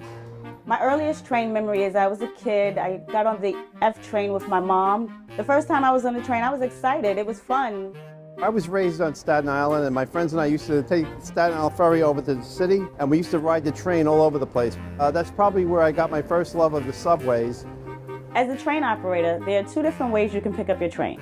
You can pick up your train in the yard as a put-in, which means you okay your train for service and bring it into the terminal station, which is the last stop on the train line. Or you can actually pick it up from the terminal station. When preparing my train for service, I do various checks to make sure it's safe for myself and for the public. Once my day starts, I have about 3 round trips. I take passengers from Main Street to 34th Street and back to Main Street. That's 1 round trip. I start over at the yard, and then I have to do what we call a put-in. I have to prep the train for service, and then they send me out over to Stillwell Terminal, and then I go into service. I do my 2 trips up to 96th Street and back, and that pretty much completes my day. It usually takes anywhere from 8 to 8.5 hours. At the end of the day, the 2 ways of finishing the job is to just walk off the train at the terminal station at the last stop and just sign out and go home. or to do a layup, take the train from the terminal station back to the yard, lay it up, put it away for the evening, and go home from there. I love the fact that I'm moving this big machine by myself. There have been times when I'm operating the train and I think that this is the greatest job ever. The things that I get to see when I'm going down the line and I'm seeing the sun come up, it's just so beautiful. This is my dream job. I love this job. And some of the amazing moments I see in this job is when I'm going over the Manhattan Bridge, sometimes at sunrise to see the sun coming up, or even better, sunset, to see the sun setting behind the Manhattan Bridge is quite a sight. I pinch myself that I'm in such a great job and have that opportunity to see such great things. I enjoy transporting people from place to place. It's just a good thing. I feel like I'm doing something special. I love trains. I love operating the trains. I love being a part of New York City Transit, and knowing that I'm helping people get through their day and get to where they need to be gives me a lot of satisfaction.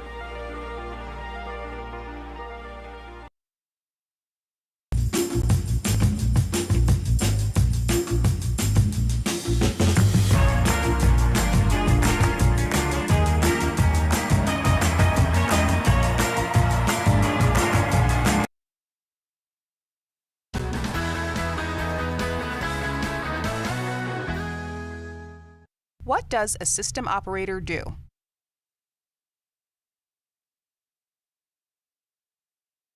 My name is Sejan Edi, BMT Chief System Operator. I have 27 years at New York City Transit.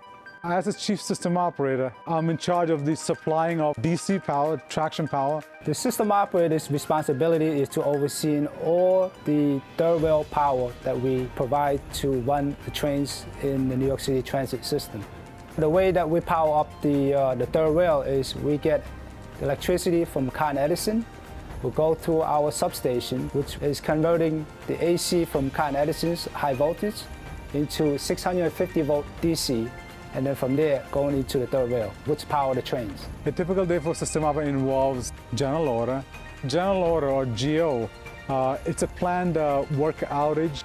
Normally they're working next to the third rail or nearby, so they want power off so they can work safely. Any emergency happens out in the field, RCC give us a call to have a power off on a certain line, certain track. The Power Control Center controls remotely all the equipment out on the field. This equipment that we control is called the MTU, which is the Master Terminal Unit. Any equipment that we need to operate, we control it remotely.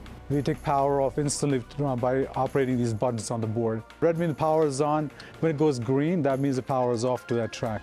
It's good to know that the work I do helps to keep the employees safe and the system moving.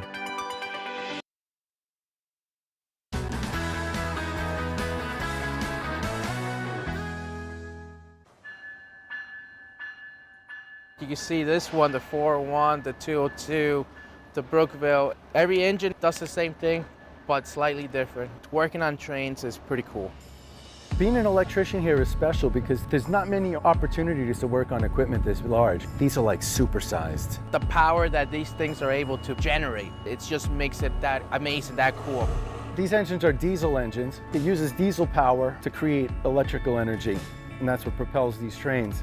As an electrician, our daily objectives are to maintain this equipment. It's changing light bulbs, repairing any wiring, any damage, any sensors, any transformers. Anything that has to do with electronics for the trains. I work on a lot of PTC, positive train control. It's a warning system, it's a braking system and control system. For example, there might be a 30-mile-an-hour turn, and if the engineer doesn't control that, the train automatically brakes on its own. That's the most important system that we check here. Our job is very important because it makes it safe to be out on the road for the passengers. I fix everything as if somebody's watching all the time. I make sure my job is complete and the train is safe. It's a railroad lifestyle. I enjoy the people. I enjoy the work. You create friendships here. Being an Air Force vet, there's a pride in what you do. I have that pride in what I do here on the railroad. I get to see the results of my work every day, the trains going by, and I know I was a big part of that. Being an electrician here is so special that we're able to, and lucky enough, to work on this equipment.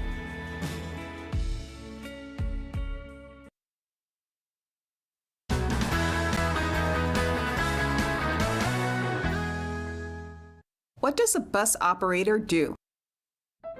John Winicki, I'm a New York City bus operator, and I've been operating a bus for 26 years. I work out of the Michael J. Quill Depot in Manhattan, and I operate the M60 bus. As a young child, I used to ride the bus with my father. He was a bus operator at a Flushing depot. Just watching him driving the bus, it made me want to do the same thing. A bus operator's day starts out at the crew dispatcher's office. They either go out and see the yard dispatcher, get a bus to make sure the bus is fit and ready for service. They check a variety of things, and they'll then pull out and start their day. Or a bus operator may not have to pull out a bus, but may relieve a bus out on the road. I really enjoy driving the bus. There's a lot of responsibility, different challenges, definitely the heavy traffic, a lot of bicyclists, scooters, cars cutting you off. Could be a little crazy at times. Some of the challenges a bus operator faces on a day-to-day basis are heavy traffic conditions, and they have to be able to deal with different customer issues while driving this large vehicle in some really difficult conditions where they have to be very vigilant. The big part of the job is customer service, dealing with a lot of types of people. A lot of customers are grateful and they thank you, and makes you feel appreciated that you got them to and from their destination safe as possible. The role of a bus operator is probably one of the most maybe understated jobs of importance for New York City. The professionalism, the tough job that they do on a day-to-day basis is invaluable. Those bus operators keep New York City moving. A lot of times after a long, difficult day, you're like, thank God I made it and got everyone to where they're going safely, no problems, no incidents. Kind of makes you feel proud at the end of the day. Greenhouse gases have infiltrated the atmosphere, and we've been doing that over the last 100 years. Not intentionally, but at the end of the day, I'm very optimistic about solving the climate challenge, because what I've seen over my 35 years here at the MTA is amazing change. And that all begins with the engineers and architects here at the MTA.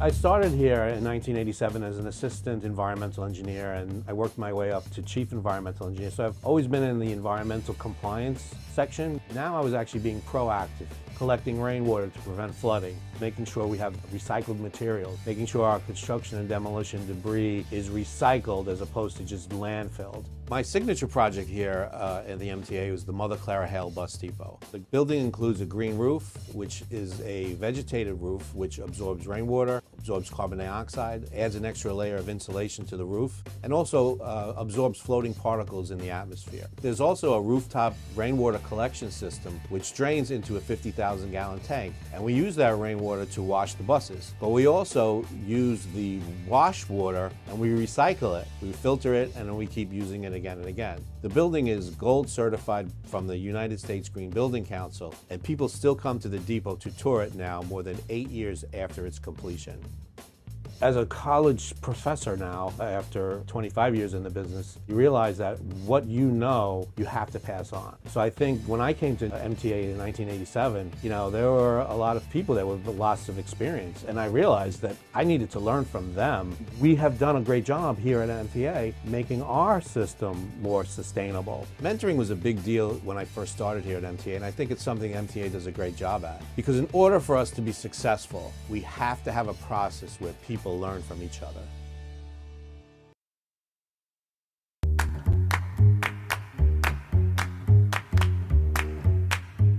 If you ride the subway often, you might have heard that a train is delayed because its brakes were activated. But what does that really mean? Let's take a look at the 3 ways a train's brakes can be activated. During regular train service, a train operator uses the service brake to slow and stop the train. If the train operator notices something dangerous on the train or the tracks ahead, the train operator applies the emergency brakes manually. This releases the air pressure from the braking system, requiring the train to use friction brakes only to bring the train to a stop as quickly as possible. If a passenger pulls the emergency cord, this will apply the train's automatic brakes, but a sudden stop could present harm to yourself or others. The emergency cord or handle should never be pulled while the train is in motion, unless the movement of the train presents an imminent danger to life and limb. It's only safe to pull the cord when you are in a station, where emergency services can get to you faster. Once the emergency brake is pulled, the brakes have to reset before the train can move again. A train's emergency brakes can also become activated by a tripping device. This is a small lever on the tracks that quickly triggers the emergency brakes and stops the train when it encounters something unusual on its journey, like debris or a signal malfunction. The train crew is required to inspect the train inside and out whenever the brakes are activated, to make sure everyone is safe and to locate what triggered the brakes. And sometimes this occurs in hard-to-reach spaces that take the train crew longer to navigate. The train crew removes the object that triggered the tripping device using a shoe paddle. If everything looks okay to the train crew, the train is back in action within a few minutes. But in the meantime, conductors are always actively communicating with you and keeping you updated. So next time you hear that, or from the bottom of a train before coming to a quick stop, remember, it's for your safety. We're always working to reduce any unnecessary use of emergency brakes on your subway ride. But when properly applied, they are vital to our transit system that keeps millions of New Yorkers safely moving every day.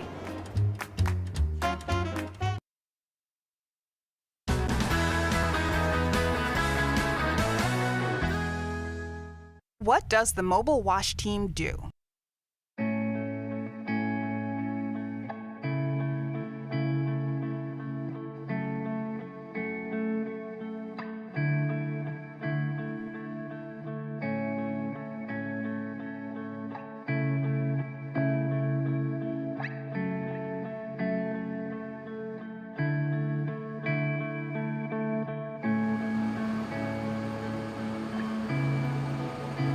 My name is Ferdo Chowdhury, Supervisor Mobile Wash Team. Mobile Wash unit has a big job in the system. They clean the station. And not only cleaning, in between you have to help customers. We take the truck, we take the equipment, we come to the station and clean the station. I inspect it, and after that, I'm gonna take the pre-job meeting with my team. I have to let them know this is the place we have to concentrate our mind, we have to do the job. First of all, we have to barricade the area. People cannot get in there. We have to put the soap, let the soap for 10 minutes so that the floor can suck the soap and open the dart.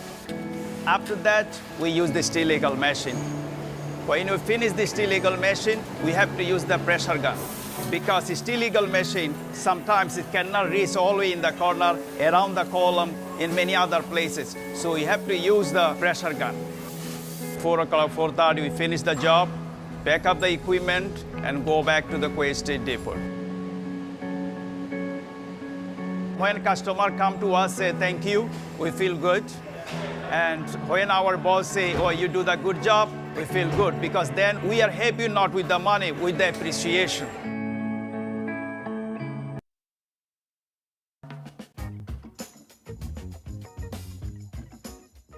My name is Ron Jones.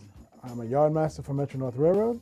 I've been with the MTA for 17 years now, and I work in North White Plains Yard. North White Yard, over. Not all trains go to the last stop and change hands. In between runs, the train's got to get mechanically checked, the car cleaners have got to clean the inside, and in many instances, the train's got to get fueled, our diesel trains. There's one point of contact for all of that, and that's what the yard master does. So basically, in layman's terms, I'd say we run the garage or the parking lot. That's what the yard master does. First thing I do when I come in the morning is look for my first 2 departures. We can't allow my turnover from the overnight yard master to me, allow that to be delayed. So the first thing I do is find out where those 2 trains are, and when ready, give them permission to leave the yard. After that, I start to set up my day. I designate particular tracks, and basically I set up a lineup for the rest of the day. I gotta let this train go. North White Yard 544, OK South. Garrett, you guys have a good day. Stay safe, over. For those people who are interested in careers, the Metro North is really well. They do really well with hiring from within. Just about everybody that I work with at the management level, at some point have been a cleaner or track department, or in my case, third rail. And if you want a meaningful career, Metro North is a real good company to work for.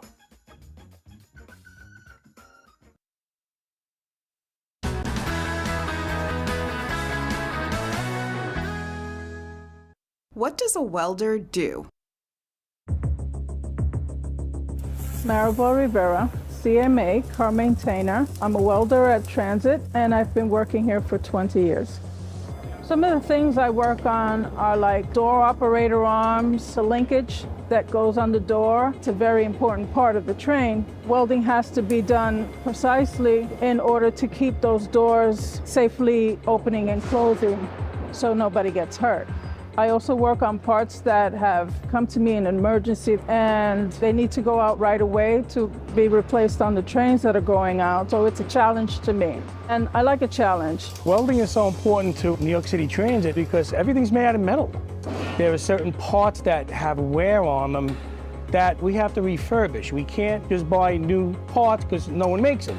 So we fabricate many parts, and there's always repairs to be made, and we need experienced high-end welders that can do any kind of welding. I have to create a safe product, a solid weld with no contaminations or impurities, where that weld will stand vibrations from the train and keep the ridership safe. It's pretty detailed work. And that's what I like about welding. I would say that the welders we have at New York City Transit are among the finest in the city. Our welders from this shop, 207 Street Overhaul Shop, they've cut trains out of tunnels. They were at the World Trade Center site working on a scrap heap. I go to bed at night knowing that we have the best that the city has to offer in a very difficult and a very important role. By presenting a good product, a safe product, I'm able to help transit keep trains moving and the ridership safe. It just makes me proud that I'm able to be an important part of transit.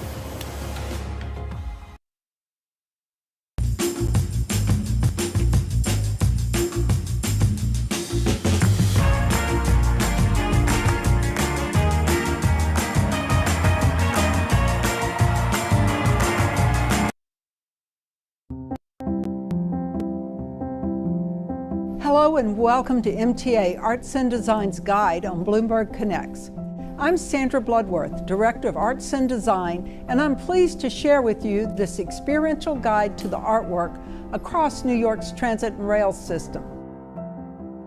Since 1985, Arts and Design has commissioned 400 site-specific contemporary artworks providing meaningful connections between subway and rail stations, neighborhoods, and our diverse ridership. Traveling through the MTA network, you will experience a first-rate art museum of permanent works created in mediums such as mosaic, metal, and glass. You may also discover our extremely popular temporary art programs through Music Under New York performances, illustrated posters, photography light boxes, digital artworks, and poetry in motion.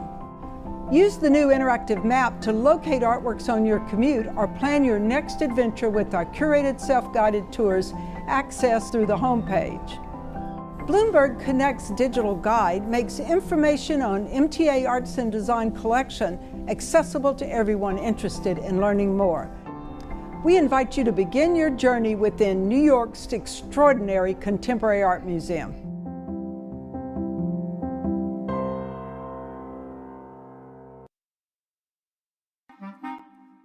Sometimes the public may call us train drivers. Honestly, it doesn't bother me because I know they don't know.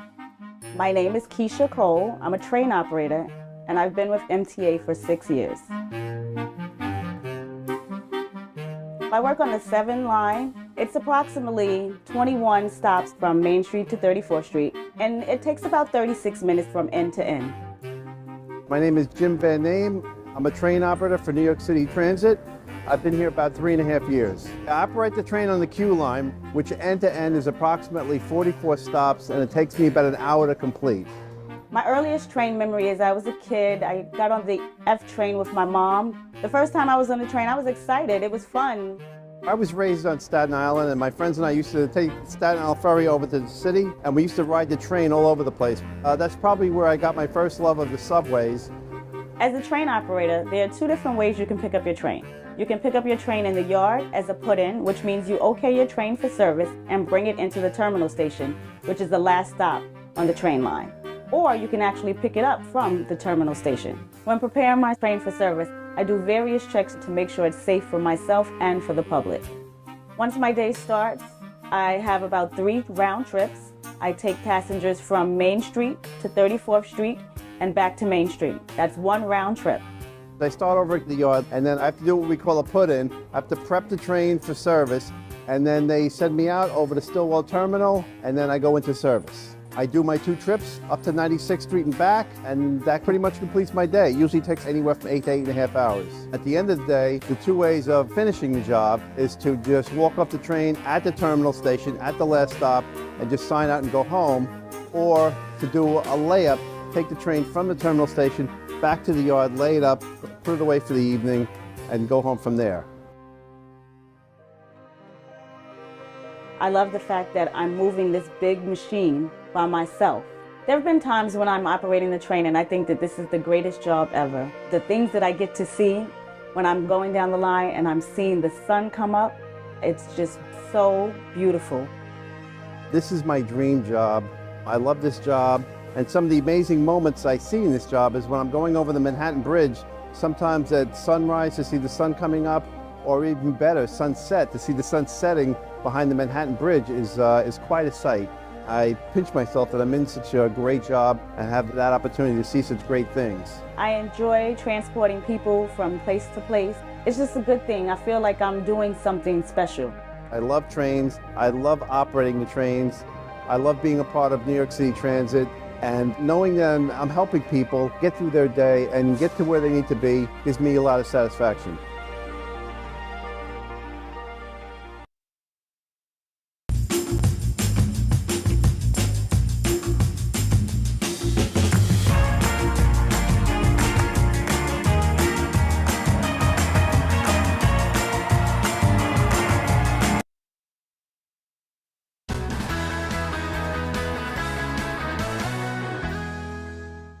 What does a system operator do?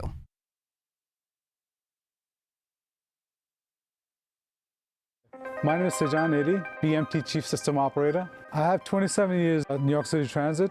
As a Chief System Operator, I'm in charge of the supplying of DC power, traction power. The system operator's responsibility is to oversee all the third rail power that we provide to run the trains in the New York City Transit system. The way that we power up the third rail is we get electricity from Con Edison. We'll go through our substation, which is converting the AC from Con Edison's high voltage into 650 volt DC, and then from there going into the third rail, which power the trains. A typical day for system operator involves general order. General order, or GO, it's a planned work outage. Normally they're working next to the third rail or nearby, so they want power off so they can work safely. Any emergency happens out in the field, RCC give us a call to have a power off on a certain line, certain track. The Power Control Center controls remotely all the equipment out on the field. This equipment that we control is called the MTU, which is the Master Terminal Unit. Any equipment that we need to operate, we control it remotely. We take power off instantly by operating these buttons on the board. Red means the power is on. When it goes green, that means the power is off to that track. It's good to know that the work I do helps to keep the employees safe and the system moving.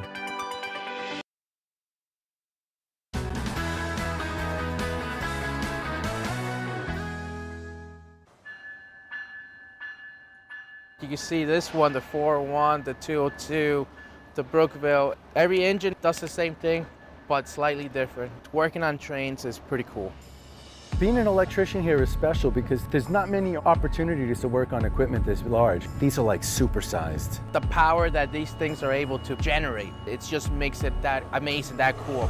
These engines are diesel engines. It uses diesel power to create electrical energy, and that's what propels these trains. As an electrician, our daily objectives are to maintain this equipment. It's changing light bulbs, repairing any wiring, any damage, any sensors, any transformers. Anything that has to do with electronics for the trains. I work on a lot of PTC, positive train control. There's a warning system, it's a braking system and control system. For example, there might be a 30-mile-an-hour turn. And if the engineer doesn't control that, the train automatically brakes on its own. That's the most important system that we check here. Our job is very important because it makes it safe to be out on the road for the passengers. I fix everything as if somebody's watching all the time. I make sure my job is complete and the train is safe. It's a railroad lifestyle. I enjoy the people. I enjoy the work. You create friendships here. Being an Air Force vet, there's a pride in what you do. I have that pride in what I do here on the railroad. I get to see the results of my work every day. The trains going by, and I know I was a big part of that. Being an electrician here is so special that we're able to, and lucky enough, to work on this equipment.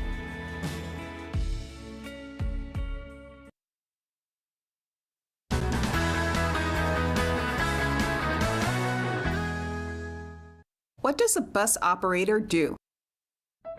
John Winicki, I'm a New York City bus operator, and I've been operating a bus for 26 years.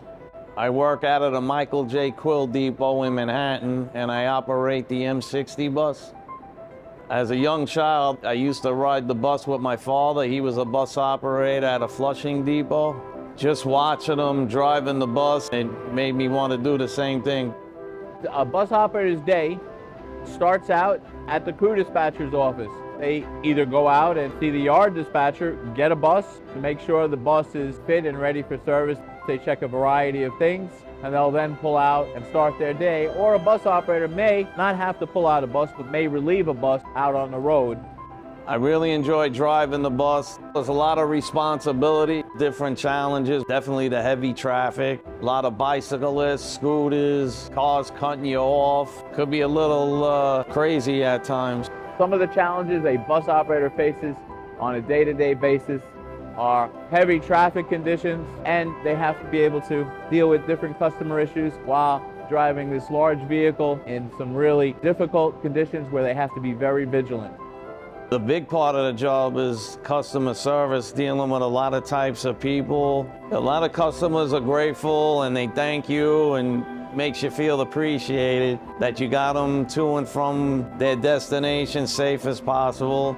The role of a bus operator is probably one of the most maybe understated jobs of importance for New York City. The professionalism, the tough job that they do on a day-to-day basis is invaluable. Those bus operators keep New York City moving. A lot of times after a long, difficult day, you're like, thank God I made it and got everyone to where they're going safely, no problems, no incidents. Kind of makes you feel proud at the end of the day. Greenhouse gases have infiltrated the atmosphere, and we've been doing that over the last 100 years. Not intentionally, but at the end of the day, I'm very optimistic about solving the climate challenge because what I've seen over my 35 years here at the MTA is amazing change. And that all begins with the engineers and architects here at the MTA.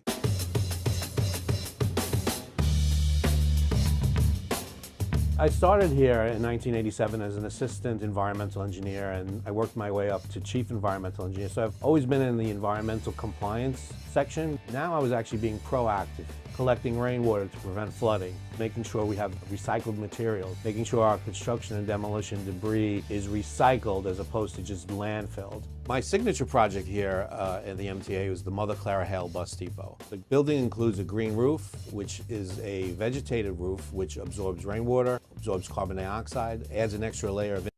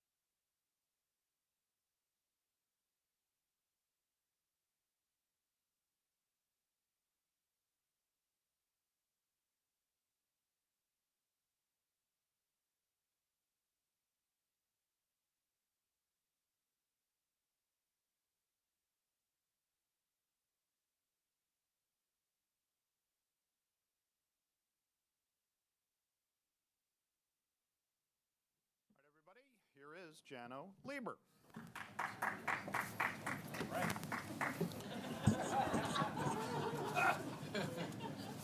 So this is a big day. People have been talking about the necessity of dealing with congestion for a couple decades now. The Bloomberg administration, somebody yesterday, Charlie Kamenoff and Sam Schwartz, talked about their work during the Koch administration, even in the Lindsay years, to deal with traffic congestion. That's something that was hurting the city's economy and hurting the city in so many other ways. In 2019, the state legislature made it a law that we have to implement congestion pricing. And I said to the MTA team when I started here, we're going to do the hard stuff. And this is definitely one of the challenging issues of the day. It's one of the challenging issues for the MTA as the agency given responsibility for leading it. But I think today we saw the caliber of the people who were asked to really work out some of the details and make these recommendations. The thought that went into it, the balance that they brought to it, the concern that they had for the reality that there are very relatively small number of people driving to begin with, but there's an even smaller number of people who really have to drive, and the way that they have focused on those folks with the low-income discount and the overnight discount and some of the other approaches that they brought to bear in their recommendation. So it was an exciting moment to see people really coming together. And one thing that I thought was pretty interesting is this is that rare moment when business and environmentalists actually come together. Kathy Wild, who represents the business community in New York, and John Banks, who's worked in the real estate industry, together with environmentalists. They're frequently at loggerheads. They're frequently at each other's throats even. And on this issue, they've come together because there is a consensus that has developed that this is essential to the city's future, that we are the most congested traffic city in the United States, and that it is a threat to our future economically and in terms of safety for pedestrians and cyclists, who are a growing piece of our traveling public, to the quality of our air and to the overall quality of life. So I just found it very moving that there was a consensus that developed, and it was reflected in a 9-1 vote by the MTA board to move this forward into the next stage of the process. So big day, and with that, happy to answer people's questions. All right, first up today is Marcia Kramer from CBS 2. Marcia, just hit the button in front of you on the microphone, and we're good to go. Can you hear me? Yes. So in the past week, Sam Schwartz, who I know you know, has estimated that about up to 20% of the tolls will be uncollectible, either because people will alter their plates, they'll use those plastic things so you can't read it, or they'll get bogus plates. How do you plan to deal with that? And do you agree with his estimate that it could be anywhere between 17 and 20%? Well, first of all, we can't let that would delegitimize the credibility of this effort. If people are cheating on tolls, I called attention to fare beating a year and a half ago. And, frankly, some folks rolled their eyes a little bit, like, why are you raising this issue? Because it's not only an economics issue, it's a fairness issue. I think it tears at the sense of fairness that makes New York possible, because we all have to share public spaces and public facilities and public, all these public institutions like libraries and parks. You got to treat the other person with respect and fairness.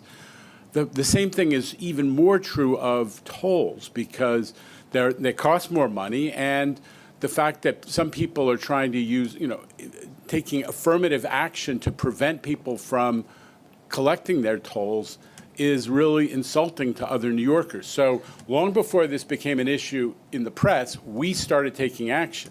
We started pulling in, it had never been done before, aggressively identifying people who were big toll cheats and stopping them on the bridges, places where they were accustomed to going through for free, by concealing their toll. And as I always say, we've increased the value of our collections through that process by 70% just year over year, and we are and we actually teamed up with the city to try to persuade Amazon to take down some of these,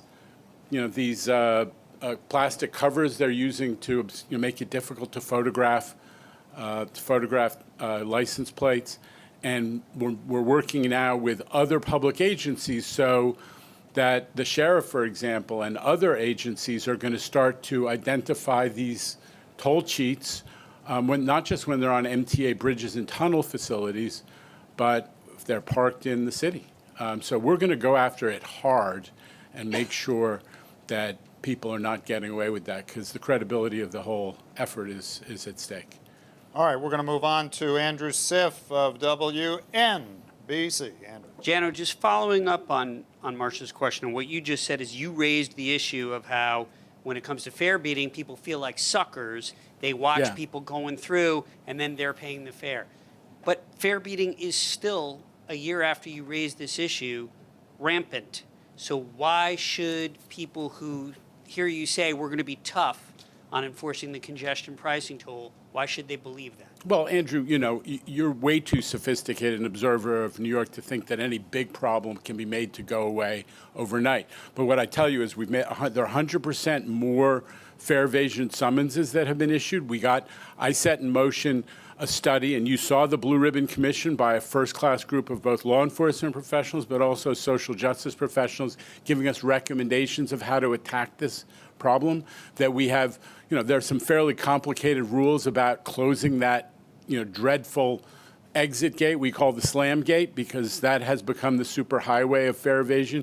It has to do with the way that the fire safety authorities view it as a code, a fire safety matter, and we're attacking that issue.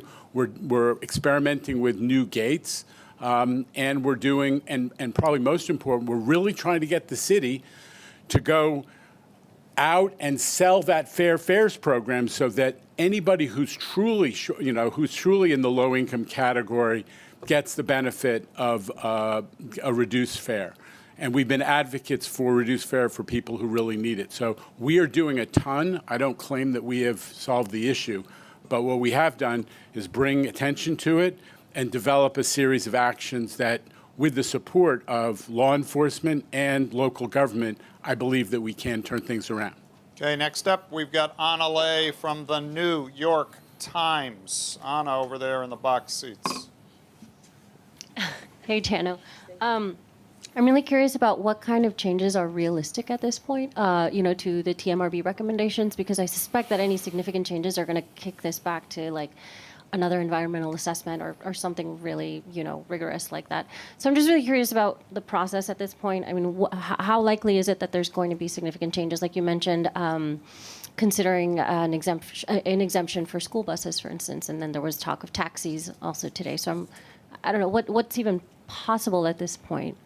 Okay, so we are allowed to make changes during and after the SAPA process, this state process that calls for additional public outreach and public comment and ultimately hearings.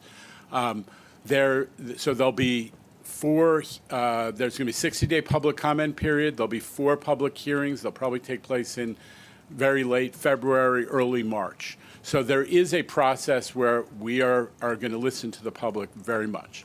However, you are right that there is complexity to this whole system in the sense that when you make tweaks to it, it definitely, what it does is it creates diversions, different traffic patterns, which then have to be restudied, and in a doomsday scenario would run afoul of the limits placed on it by the environmental assessment. So you would, all of a sudden put traffic into an area that it hadn't been impacted before, and as an environmental justice community, these are, scenarios. So there's no question that we look at it as something that, in an ideal world, you wouldn't mess with too much. That said, we are taking the public comment process very seriously.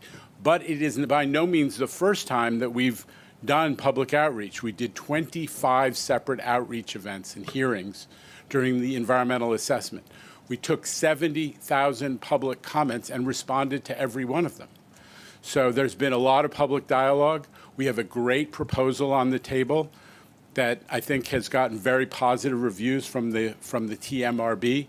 And now we're going to go out to the public yet again, but we're not ruling out changes if we hear something new or different that we need to take account of. I'm also really curious, like once this thing does roll out and there's Yes. potentially negative outcomes, how complicated is it to go in and change things? Is there going to have to be another EA or? There is provision for adjustment afterwards, to mitigate. And we'll be, part of the process is that we have to do a ton of monitoring. We haven't talked about this a lot so far with all of you, but there's a huge parking study that New York City DOT is going to have to undertake. One of the reasons that you're seeing scanners, the infrastructure, tolling infrastructure on, for example, uptown avenues and not just on the ones that come into the CBD, is we're actually going to be monitoring traffic in both directions and using that data to evaluate what tweaks and adjustments may need to be made over time. So we're using this as an opportunity to learn. Not everything will be exactly as predicted. Remember, we're using models which are created by human beings, and they're really complicated. They take weeks to run. So they probably won't be perfect, and we will have to make adjustments, but they're going to be based on data and real life experience. All right, we're going to have to limit follow-ups just to the size of the crowd. Juliet Papa back there representing 92.3 FM, 1010 WIN, CBS 880, the Odyssey app. Juliet, go ahead. Hi, Juliet. Thank you. So talk about the rollout specifically. I can't imagine it's just let's flip the switch and the cameras go on. What are you anticipating doing, informing people, and accommodating, as you're saying, backlog or backup of traffic at, the 60th Street location? Well, again, the great thing about modern tolling infrastructure is there's no toll plaza, there's no toll takers, so I don't anticipate any backups at 60th Street as people, all of a sudden get stopped. No one's going to get stopped coming in. They're going to go through, there's going to be, photograph taken of their license plate, and that information is going to be processed. But you're right, Juliet. We do have to make sure we do outreach to everybody, and we're going to do a ton of it, not just on the MTA system. We're going to go through all of the avenues of the media. I expect your friends at WINS are going to be part of that process. We do need to make sure everybody knows that this is going to come online when it does. We're still a little ways away, and we've talked also about the risk to that schedule. But there's going to be a full suite of public communications undertaken with the city and the state, as well as our own media, and just regular old advertising as well. All right, back on this side, we got Samantha Liebman from New York One. Sam. My question is, first of all, you didn't address the yellow taxi exemption in your comments. And John Samuelson was concerned about not providing enough service in the outer boroughs where there are transit deserts, where buses are the only transportation, and mostly express buses which have limited service, and that there's no incentive to get people in those areas out of their cars. In London, they ordered hundreds of new buses and provided new service ahead of rolling out congestion pricing. Is that going to be considered at all to incentivize people to use mass transit? Sam, with all due respect, we got to focus on the numbers. That's our job, all of us, both the press and the MTA. First of all, subways. Yesterday, there were just under 4 million people on the subways. The first Tuesday in November in 2019, there were 5.8 million people, okay? There is a lot of capacity on the subway system. The bus system is not far off in terms of the percentage relative.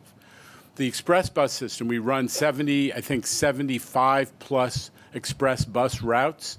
They're running at 40% of capacity right now. So there is room on the system, and given the fact that we're talking about, we're short, you just using that one comparative that I gave you, we're short 1.8 million riders of where we were before. That's a big number, and the projections, you got to convey this. The projections are that no more than 180 to 110,000 people are going to be incentivized to move from onto transit from driving. So we got a lot of room. Number two is, if you look at those neighborhoods that people talk about when they say it's a transit desert, are there people in those neighborhoods who are actually using transit? The answer is yes. So let me just tick off a couple neighborhoods that sometimes get talked about this way. Flatlands in Brooklyn. It's beyond the reach of the IRT subway. The junction, the subway service ends at the junction around Brooklyn College. A lot of people take buses beyond that point. 8 to 1. People who live in Flatlands, for every 9 people, 8 of them take mass transit to the CBD, not taking a private car. Gerritsen Beach, which I think is John Samuelson's home turf, the number is 11 to 1.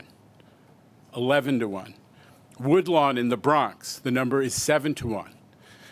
Bayside, 4 to 1. So what needs to be understood, and I count on you guys to convey it, is when people talk about transit desert neighborhoods, when you actually dig down and look at them, people in those neighborhoods are using mass transit. Sometimes they have a transfer. Sometimes they use an express bus. Sometimes they use the Long Island Railroad. By the way, a lot of folks in Bayside, for example, Woodlawn, those are Metro North and Long Island Railroad service neighborhoods. There's been a doubling of service to those kinds of outer borough, inside the city commuter rail stations. Doubling of service since 2019.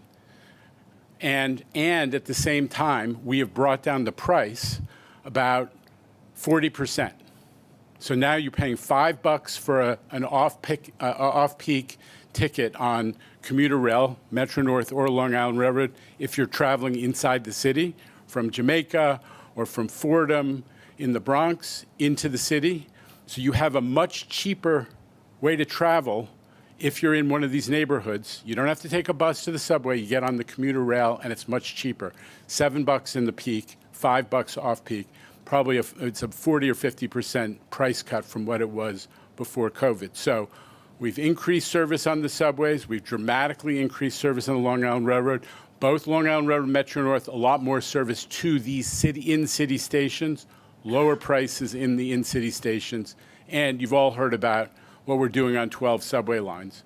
So, and finally, Sam, since all this stuff is important because it goes to this question that keeps getting raised, we are actually coming towards the end of the Queens bus redesign. Queens is the most bus-dependent neighborhood, and that looks like we're going to grow service. We're not just redesigning. We're not just redesigning the whole system, not going to trolley barns that were closed in the 1940s, for example. We're dealing with that, but we're also talking about adding service, including some express bus service. So good stuff that's already happened, more to come. All right, dead center in the VIP seat right there, Nolan Hicks from the New York Post.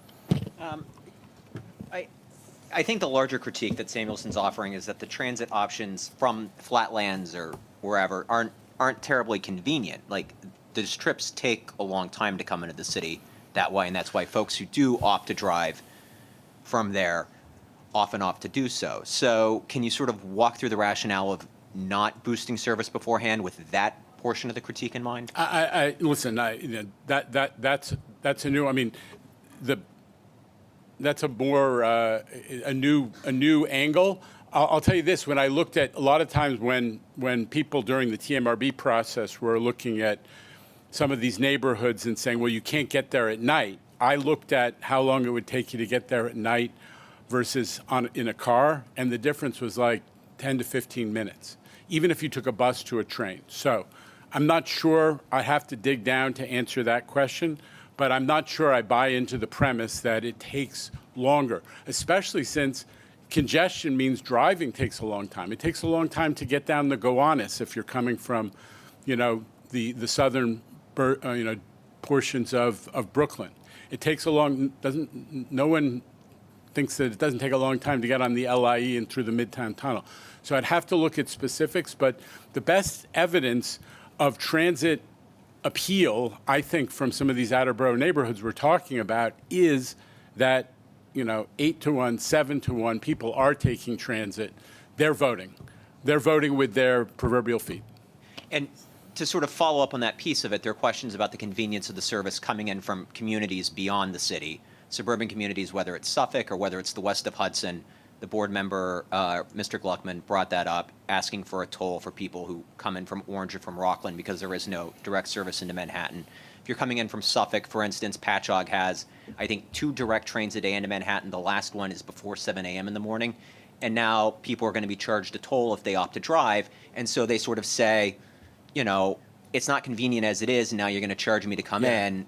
What's up? Yeah, so the key phrase that you use, which is a little bit of a dodge, is direct. Those people in Patchogue, as you know, can change Jamaica. There are other, they have connections that do get them into the city. People in the Long Island Railroad system are changing a lot. I'd like to look at that specific condition. Long Island Railroad service, if you're trying to convince your colleagues here that Long Island Railroad service isn't sufficient after we increased it by 40%, we're going to have to look at the numbers together. It is pretty convenient. All right, let's move on to New Jersey. Larry Higgs standing by on Zoom from Newark. Larry, good afternoon. Good afternoon. Thanks for taking my question. Actually, I have 2 questions. One has to deal with a comment that you made and your capital construction president made about the New Jersey lawsuits potentially delaying capital projects. My question is, how much of a delay will those lawsuits result in those projects?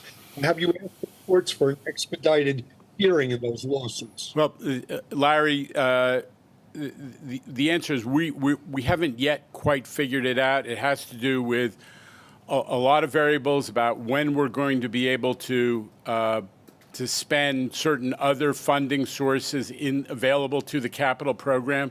But there are going to be delays because, you know, to the extent that any lawsuit, especially one, frankly, as serious as a federal lawsuit by the state of New Jersey, means that we can't absolutely count on money showing up. It's hard to award a contract when you don't have a certain revenue source, Larry. So there are potential impacts. We haven't worked through exactly how much and how many different projects and which projects. But one that we know, was talked about today, is the resignaling of the A train in Brooklyn. That's one that bugs me a lot. The A train is our longest line. It carries a lot of people from the Rockaways in central Brooklyn and upper Manhattan neighborhoods, which are really transit dependent. They have a lot of poor people, and they deserve the same reliability and frequency of service that we've been able to create on the number 7 line and the L train, with having these new signaling, the CBTC, the computer-based train control signaling. And that project, because of its size, is the first one to be designated as delayed. But we're hoping that New Jersey wants to resolve this and that we can start to work together. You've heard me say it, Larry, but I'm going to say it again. I think that this is, putting the politics aside, I think that this is good for New Jerseyans for a couple reasons. One, more New Jersey commuters get on the MTA than drive. 2, for the people who do have to drive or who choose to drive, notwithstanding congestion pricing, we hope that they're going to have a faster trip and spend less time in traffic. And the third, which we're starting to see, is that the debate about congestion pricing has, I think, inspired more focus and attention to the need for transit investment on the Jersey side. The Newark Star Ledger wrote very powerfully about this over the weekend, calling on Governor Murphy to, lay off complaining about congestion pricing and to focus more on how do we get in New Jersey the type of capital investment the MTA is making in its system for New Jersey Transit. So I think there are benefits as a result of all this, political as well as substantive. All right, from New Jersey, let's go to Rai Rivard, who seems to be at the California delegation of Politico over there. Rai, good afternoon. I'm in our DC newsroom. Thank you for taking my question. Given what you've just said about the sort of leverage that New Jersey has with this litigation pending, given what some of your board members talked about in terms of exemptions, and given some of the comments that Mayor Adams had yesterday about ongoing negotiations and sort of flicking at possible exemptions, can you talk about the negotiations and sort of what's up for grabs and what is, firm and not firm right now? Thank you. Well, we just adopted the TMRB's recommendations, hook, line, and sinker, for the purpose of putting them out for public comment, and this, what we call the SAPA process, the public comment and the public hearings and all that goes with that. So we're not, saying we're negotiating anything. What I think the mayor has highlighted are two things. One is he's made a pitch for fully exempting yellow cabs based on their the condition of the industry, which is not about congestion. It's about this other factor, and it's one we're all very sympathetic to. But the TMRB was really charged with dealing with congestion, right? That was their brief, and they responded to it, as well as being respectful of the fact that the yellow cabs are very reliant on the CBD because they are street hail as opposed to, the prearranged rides. So that's why they were given the lower toll. So we're gonna continue to look at the yellow cab issue, but it is one of those things when you change any aspect because there's so many trips generated that it does have these knock-on effects. Carl Weisbrod used the phrase that the whole thing is a bit of a Jenga puzzle. If you change one aspect, the whole thing starts to unravel or fall apart. I don't know if it's quite that much, but it's definitely there's a really complex calculus if you change anything. So we're going to look at it again, but that was the one thing the mayor raised. The other, I don't think there's any disagreement with. We want to exempt, I think that everybody, the TMRB and the MTA, want to exempt school buses engaged in pupil transportation.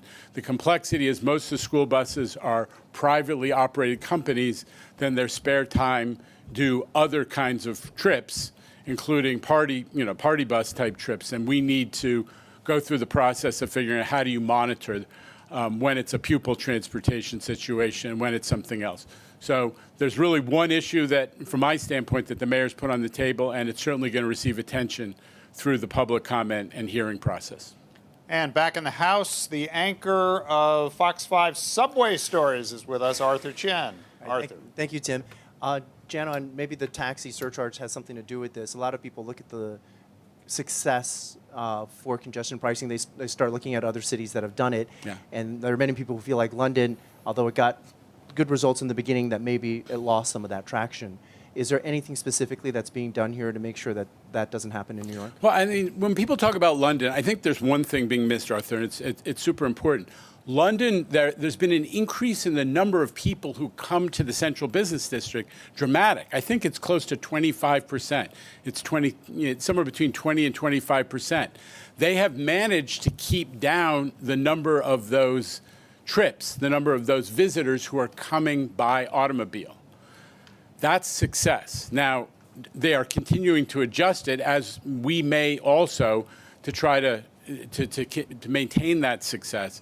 But when you talk about London, I think it just needs to be borne in mind. They've had huge success because they've been able to grow the business district as a destination without having a lot more cars. But when you compare us to London, there's an important difference, got to keep in mind, which is London charges vehicles for traveling inside the CBD.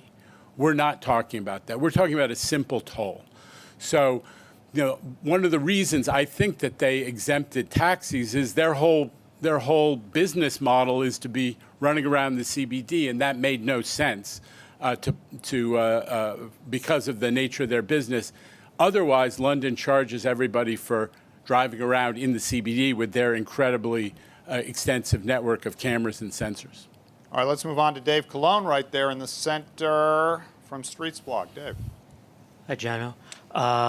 I was curious in terms of things that people have said that the city and the MTA need to do to get New York ready for congestion pricing. Obviously, they've talked about things like greatly expanding bus lanes and bike lanes and better ways to get around.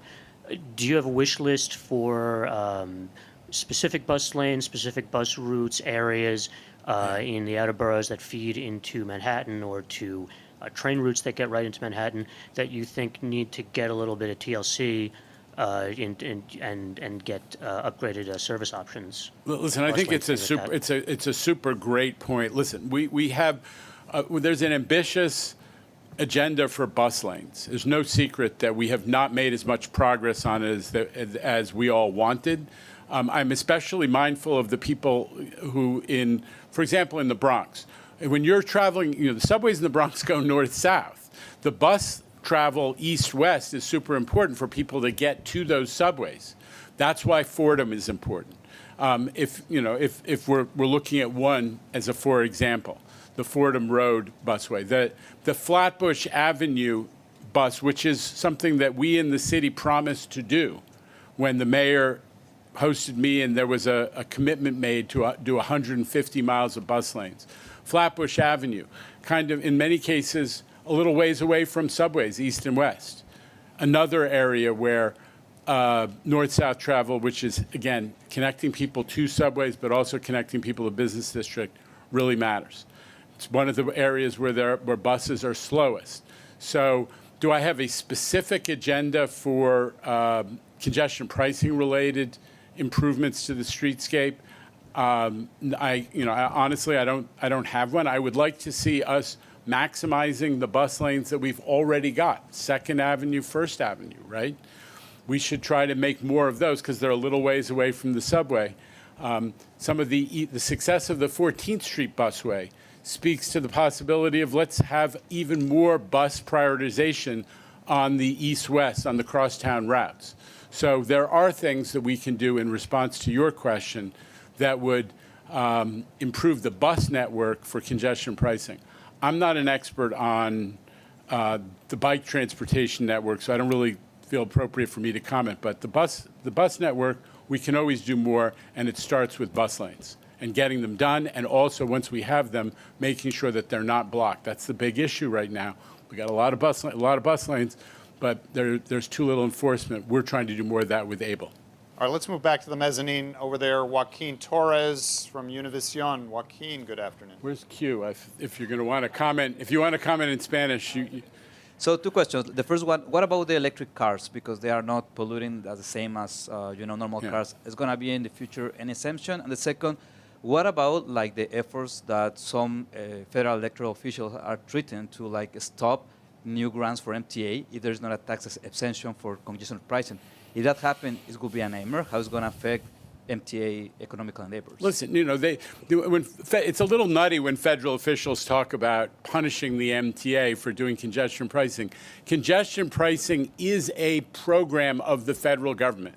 The value pricing pilot program, VPPP, is a federal program that invited us to do an innovative tolling program that was intended to reduce congestion and improve safety and reduce climate impacting emissions. So we're doing this with the sponsorship of the federal government. For them to talk about the federal government punishing us is nuts. 2, I'm not too worried because we have great New Yorkers representing all of us in Congress, led by Chuck Schumer, who is New York's hometown hero and the guardian angel of transit in the United States Congress. So I'm not too worried about those kinds of threats. All right, as we wind down, let's go to Steve Nesson right there from Gotham as WNYC. Hey, Jano. 2 questions. I promise the second one's really fun. The first one's short. Are you worried that the chair of the Bridge and Tunnel Committee that will carry out congestion pricing opposed the program today? Do you think you need a new chair for that committee? No. And at the risk of... Yeah. I have to say, in fairness, David Mack he obviously disagrees with this. He's been very clear, and he represents, an elected official who's on record disagreeing. But he's been very professional in how he's been dealing with us through this process. Fine. And because I work in radio, I need a more pithy cut from you today. I'm not so pithy. It's a big Everybody day, knows Jano. it. It's a big day. 50 years of congestion pricing discussion. Mayor John Lindsay couldn't do it. How big a day is today? What? What do you want? Congestion pricing? How historic when do you want is it? today's now. decision? How historic is today's decision? Listen, Steve, it's a big day. We've been talking about congestion pricing for decades. The Bloomberg administration did a ton of work laying the groundwork for this moment, and the New York State legislature made it a law. People forget that, but it's a law of the state of New York in 2019. We're getting very close to the end of this journey or the beginning of the new journey, and it is exciting. Do you need him to do a promo for All Things Considered while you got his attention? I mean, seriously, let's go to Ben Brockfeld right next door from AM New York. Ben. Hey, Jano. I wanted you to see if you could get a little more specific on something you mentioned a little earlier in the Q&A, a, quote, huge parking study that New York City DOT has to do. Obviously, Allison. DOT isn't part of the MTA, but I wanted to see if you could detail a little bit about what that would involve, what it's trying to measure, where it's measuring things, et cetera. That's when you said you need a lot more detail, I said the magic word, Allison DiSereno. Come on. The question is a little more detail on the DOT parking study, what's going to be done. Yeah. In terms of the parking study, it's actually something that City DOT is working on right now to determine exactly what they're going to be looking at, but it is required by the legislation, so it will be delivered as per the legislation. Which is when? I believe it's 18 months after the go-live period. Is there anything, I know you just said that they're trying to figure out what they need to look into, but is there anything, broad strokes, that right now that they are trying to look into, try to see what impacts and where or something? They'll be looking at a number of different things. Obviously, they'll have to look at the availability, they'll have to look at cost, they'll have to look at areas. But again, they're going to want to take a look broadly at what we're seeing, sort of what they know today, but also once it starts to go live, they'll be looking at that as well, I'm sure. Speaking of New York City DOT, especially given the comments the mayor has made, John Samuelson resigning from the TMRB. I know you've said that they've been a strong partner throughout this, but are you worried about that strong partnership withering at all? No. All right, we move to Michelle Kasky right next to you, Bloomberg News. Michelle. Hi. So, Jano, as of now, what is your biggest concern with congestion pricing? Is it the New Jersey lawsuit? Is it the potential tweaks that need to be made to the tolling structure now? And that could, just following up with what Anna mentioned, that could mean more analysis in the environmental study. I mean, what is really keeping you up at night now in terms of congestion pricing? Michelle, respectfully, on a day when we've hit a major milestone on one of the biggest challenges the MTA faced since I got here 2 years ago, I'm not, I just don't think it's accurate for me to be talking about my concerns. What I am feeling is elation that we did what the law asked of us, and working with this incredibly high quality TMRB, we have a plan that achieves our big goals, which is keep the toll low, have a meaningful package of discounts and exemptions for the most vulnerable people who will be impacted by this, and have a strategy for dealing with all the implementation, which is pretty far along. So I am thrilled. Obviously we have, with any initiative of this scale, we have a ways to go. But you know what those issues are. I've talked about them, and we're gonna keep plugging. You've seen us do 25 plus hearings. You've seen us take in and respond to 70,000 comments. So we clearly are capable of and determined to keep moving forward to execute this. All right, closing out the proceedings today is Evan Simko Bednarski of the New York Daily News. Evan. Hey, Jano, how you doing? Wanted to ask you, so this is a 2019 law that is, on paper supporting the capital plan that ends next year. When the governor got up to speak yesterday at the rally, she mentioned, among other projects, the IBX, which is not in this capital plan.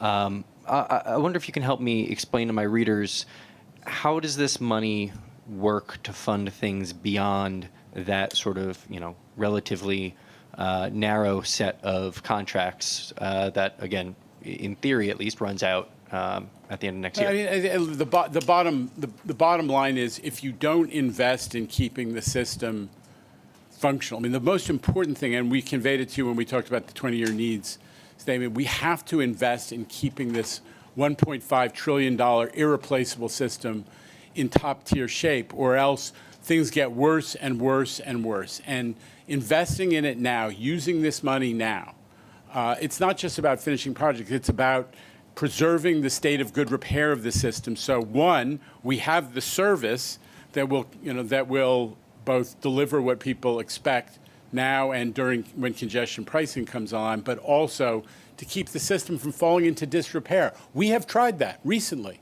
It was the post-recession disinvestment in the system. We got some disinvestment also in the Pataki years before that. And the result was 2017, when the system started falling apart, reached a tipping point, on-time performance went down to the low 60%, and people were standing on platforms. They couldn't even get on the platforms. There was so much crowding and so much delay. And I have, in my office, I have the wood from your paper and Nolan's paper for the one day when you both had the system falling apart in the summer of 2017. And avoiding slipping back to that, which takes years to recover from, is what this is about, as well as all the improvements like zero emissions buses and new signals and ADA stations. But fundamentally, we got to keep investing in this system, or we all of a sudden have a catastrophe. All right, sir, under the rules, since you name-checked Nolan Hicks, he gets 30 seconds. Nolan, you had one more thing? Yeah, sure. So this has been in the works for give or take 50 years now, between the fights over, or longer, between the fights of tolling the bridges or tolling the zone. You think this proposal is more cursed or less cursed than being quarterback for the Jets? Well, all I could say is we're healed, we're on the field, and I don't know about the Jets. Well, it's Zach Wilson again, so. All right, thank you, Jano. Thanks, Allison. Thanks, everybody. Good afternoon from Lower Manhattan.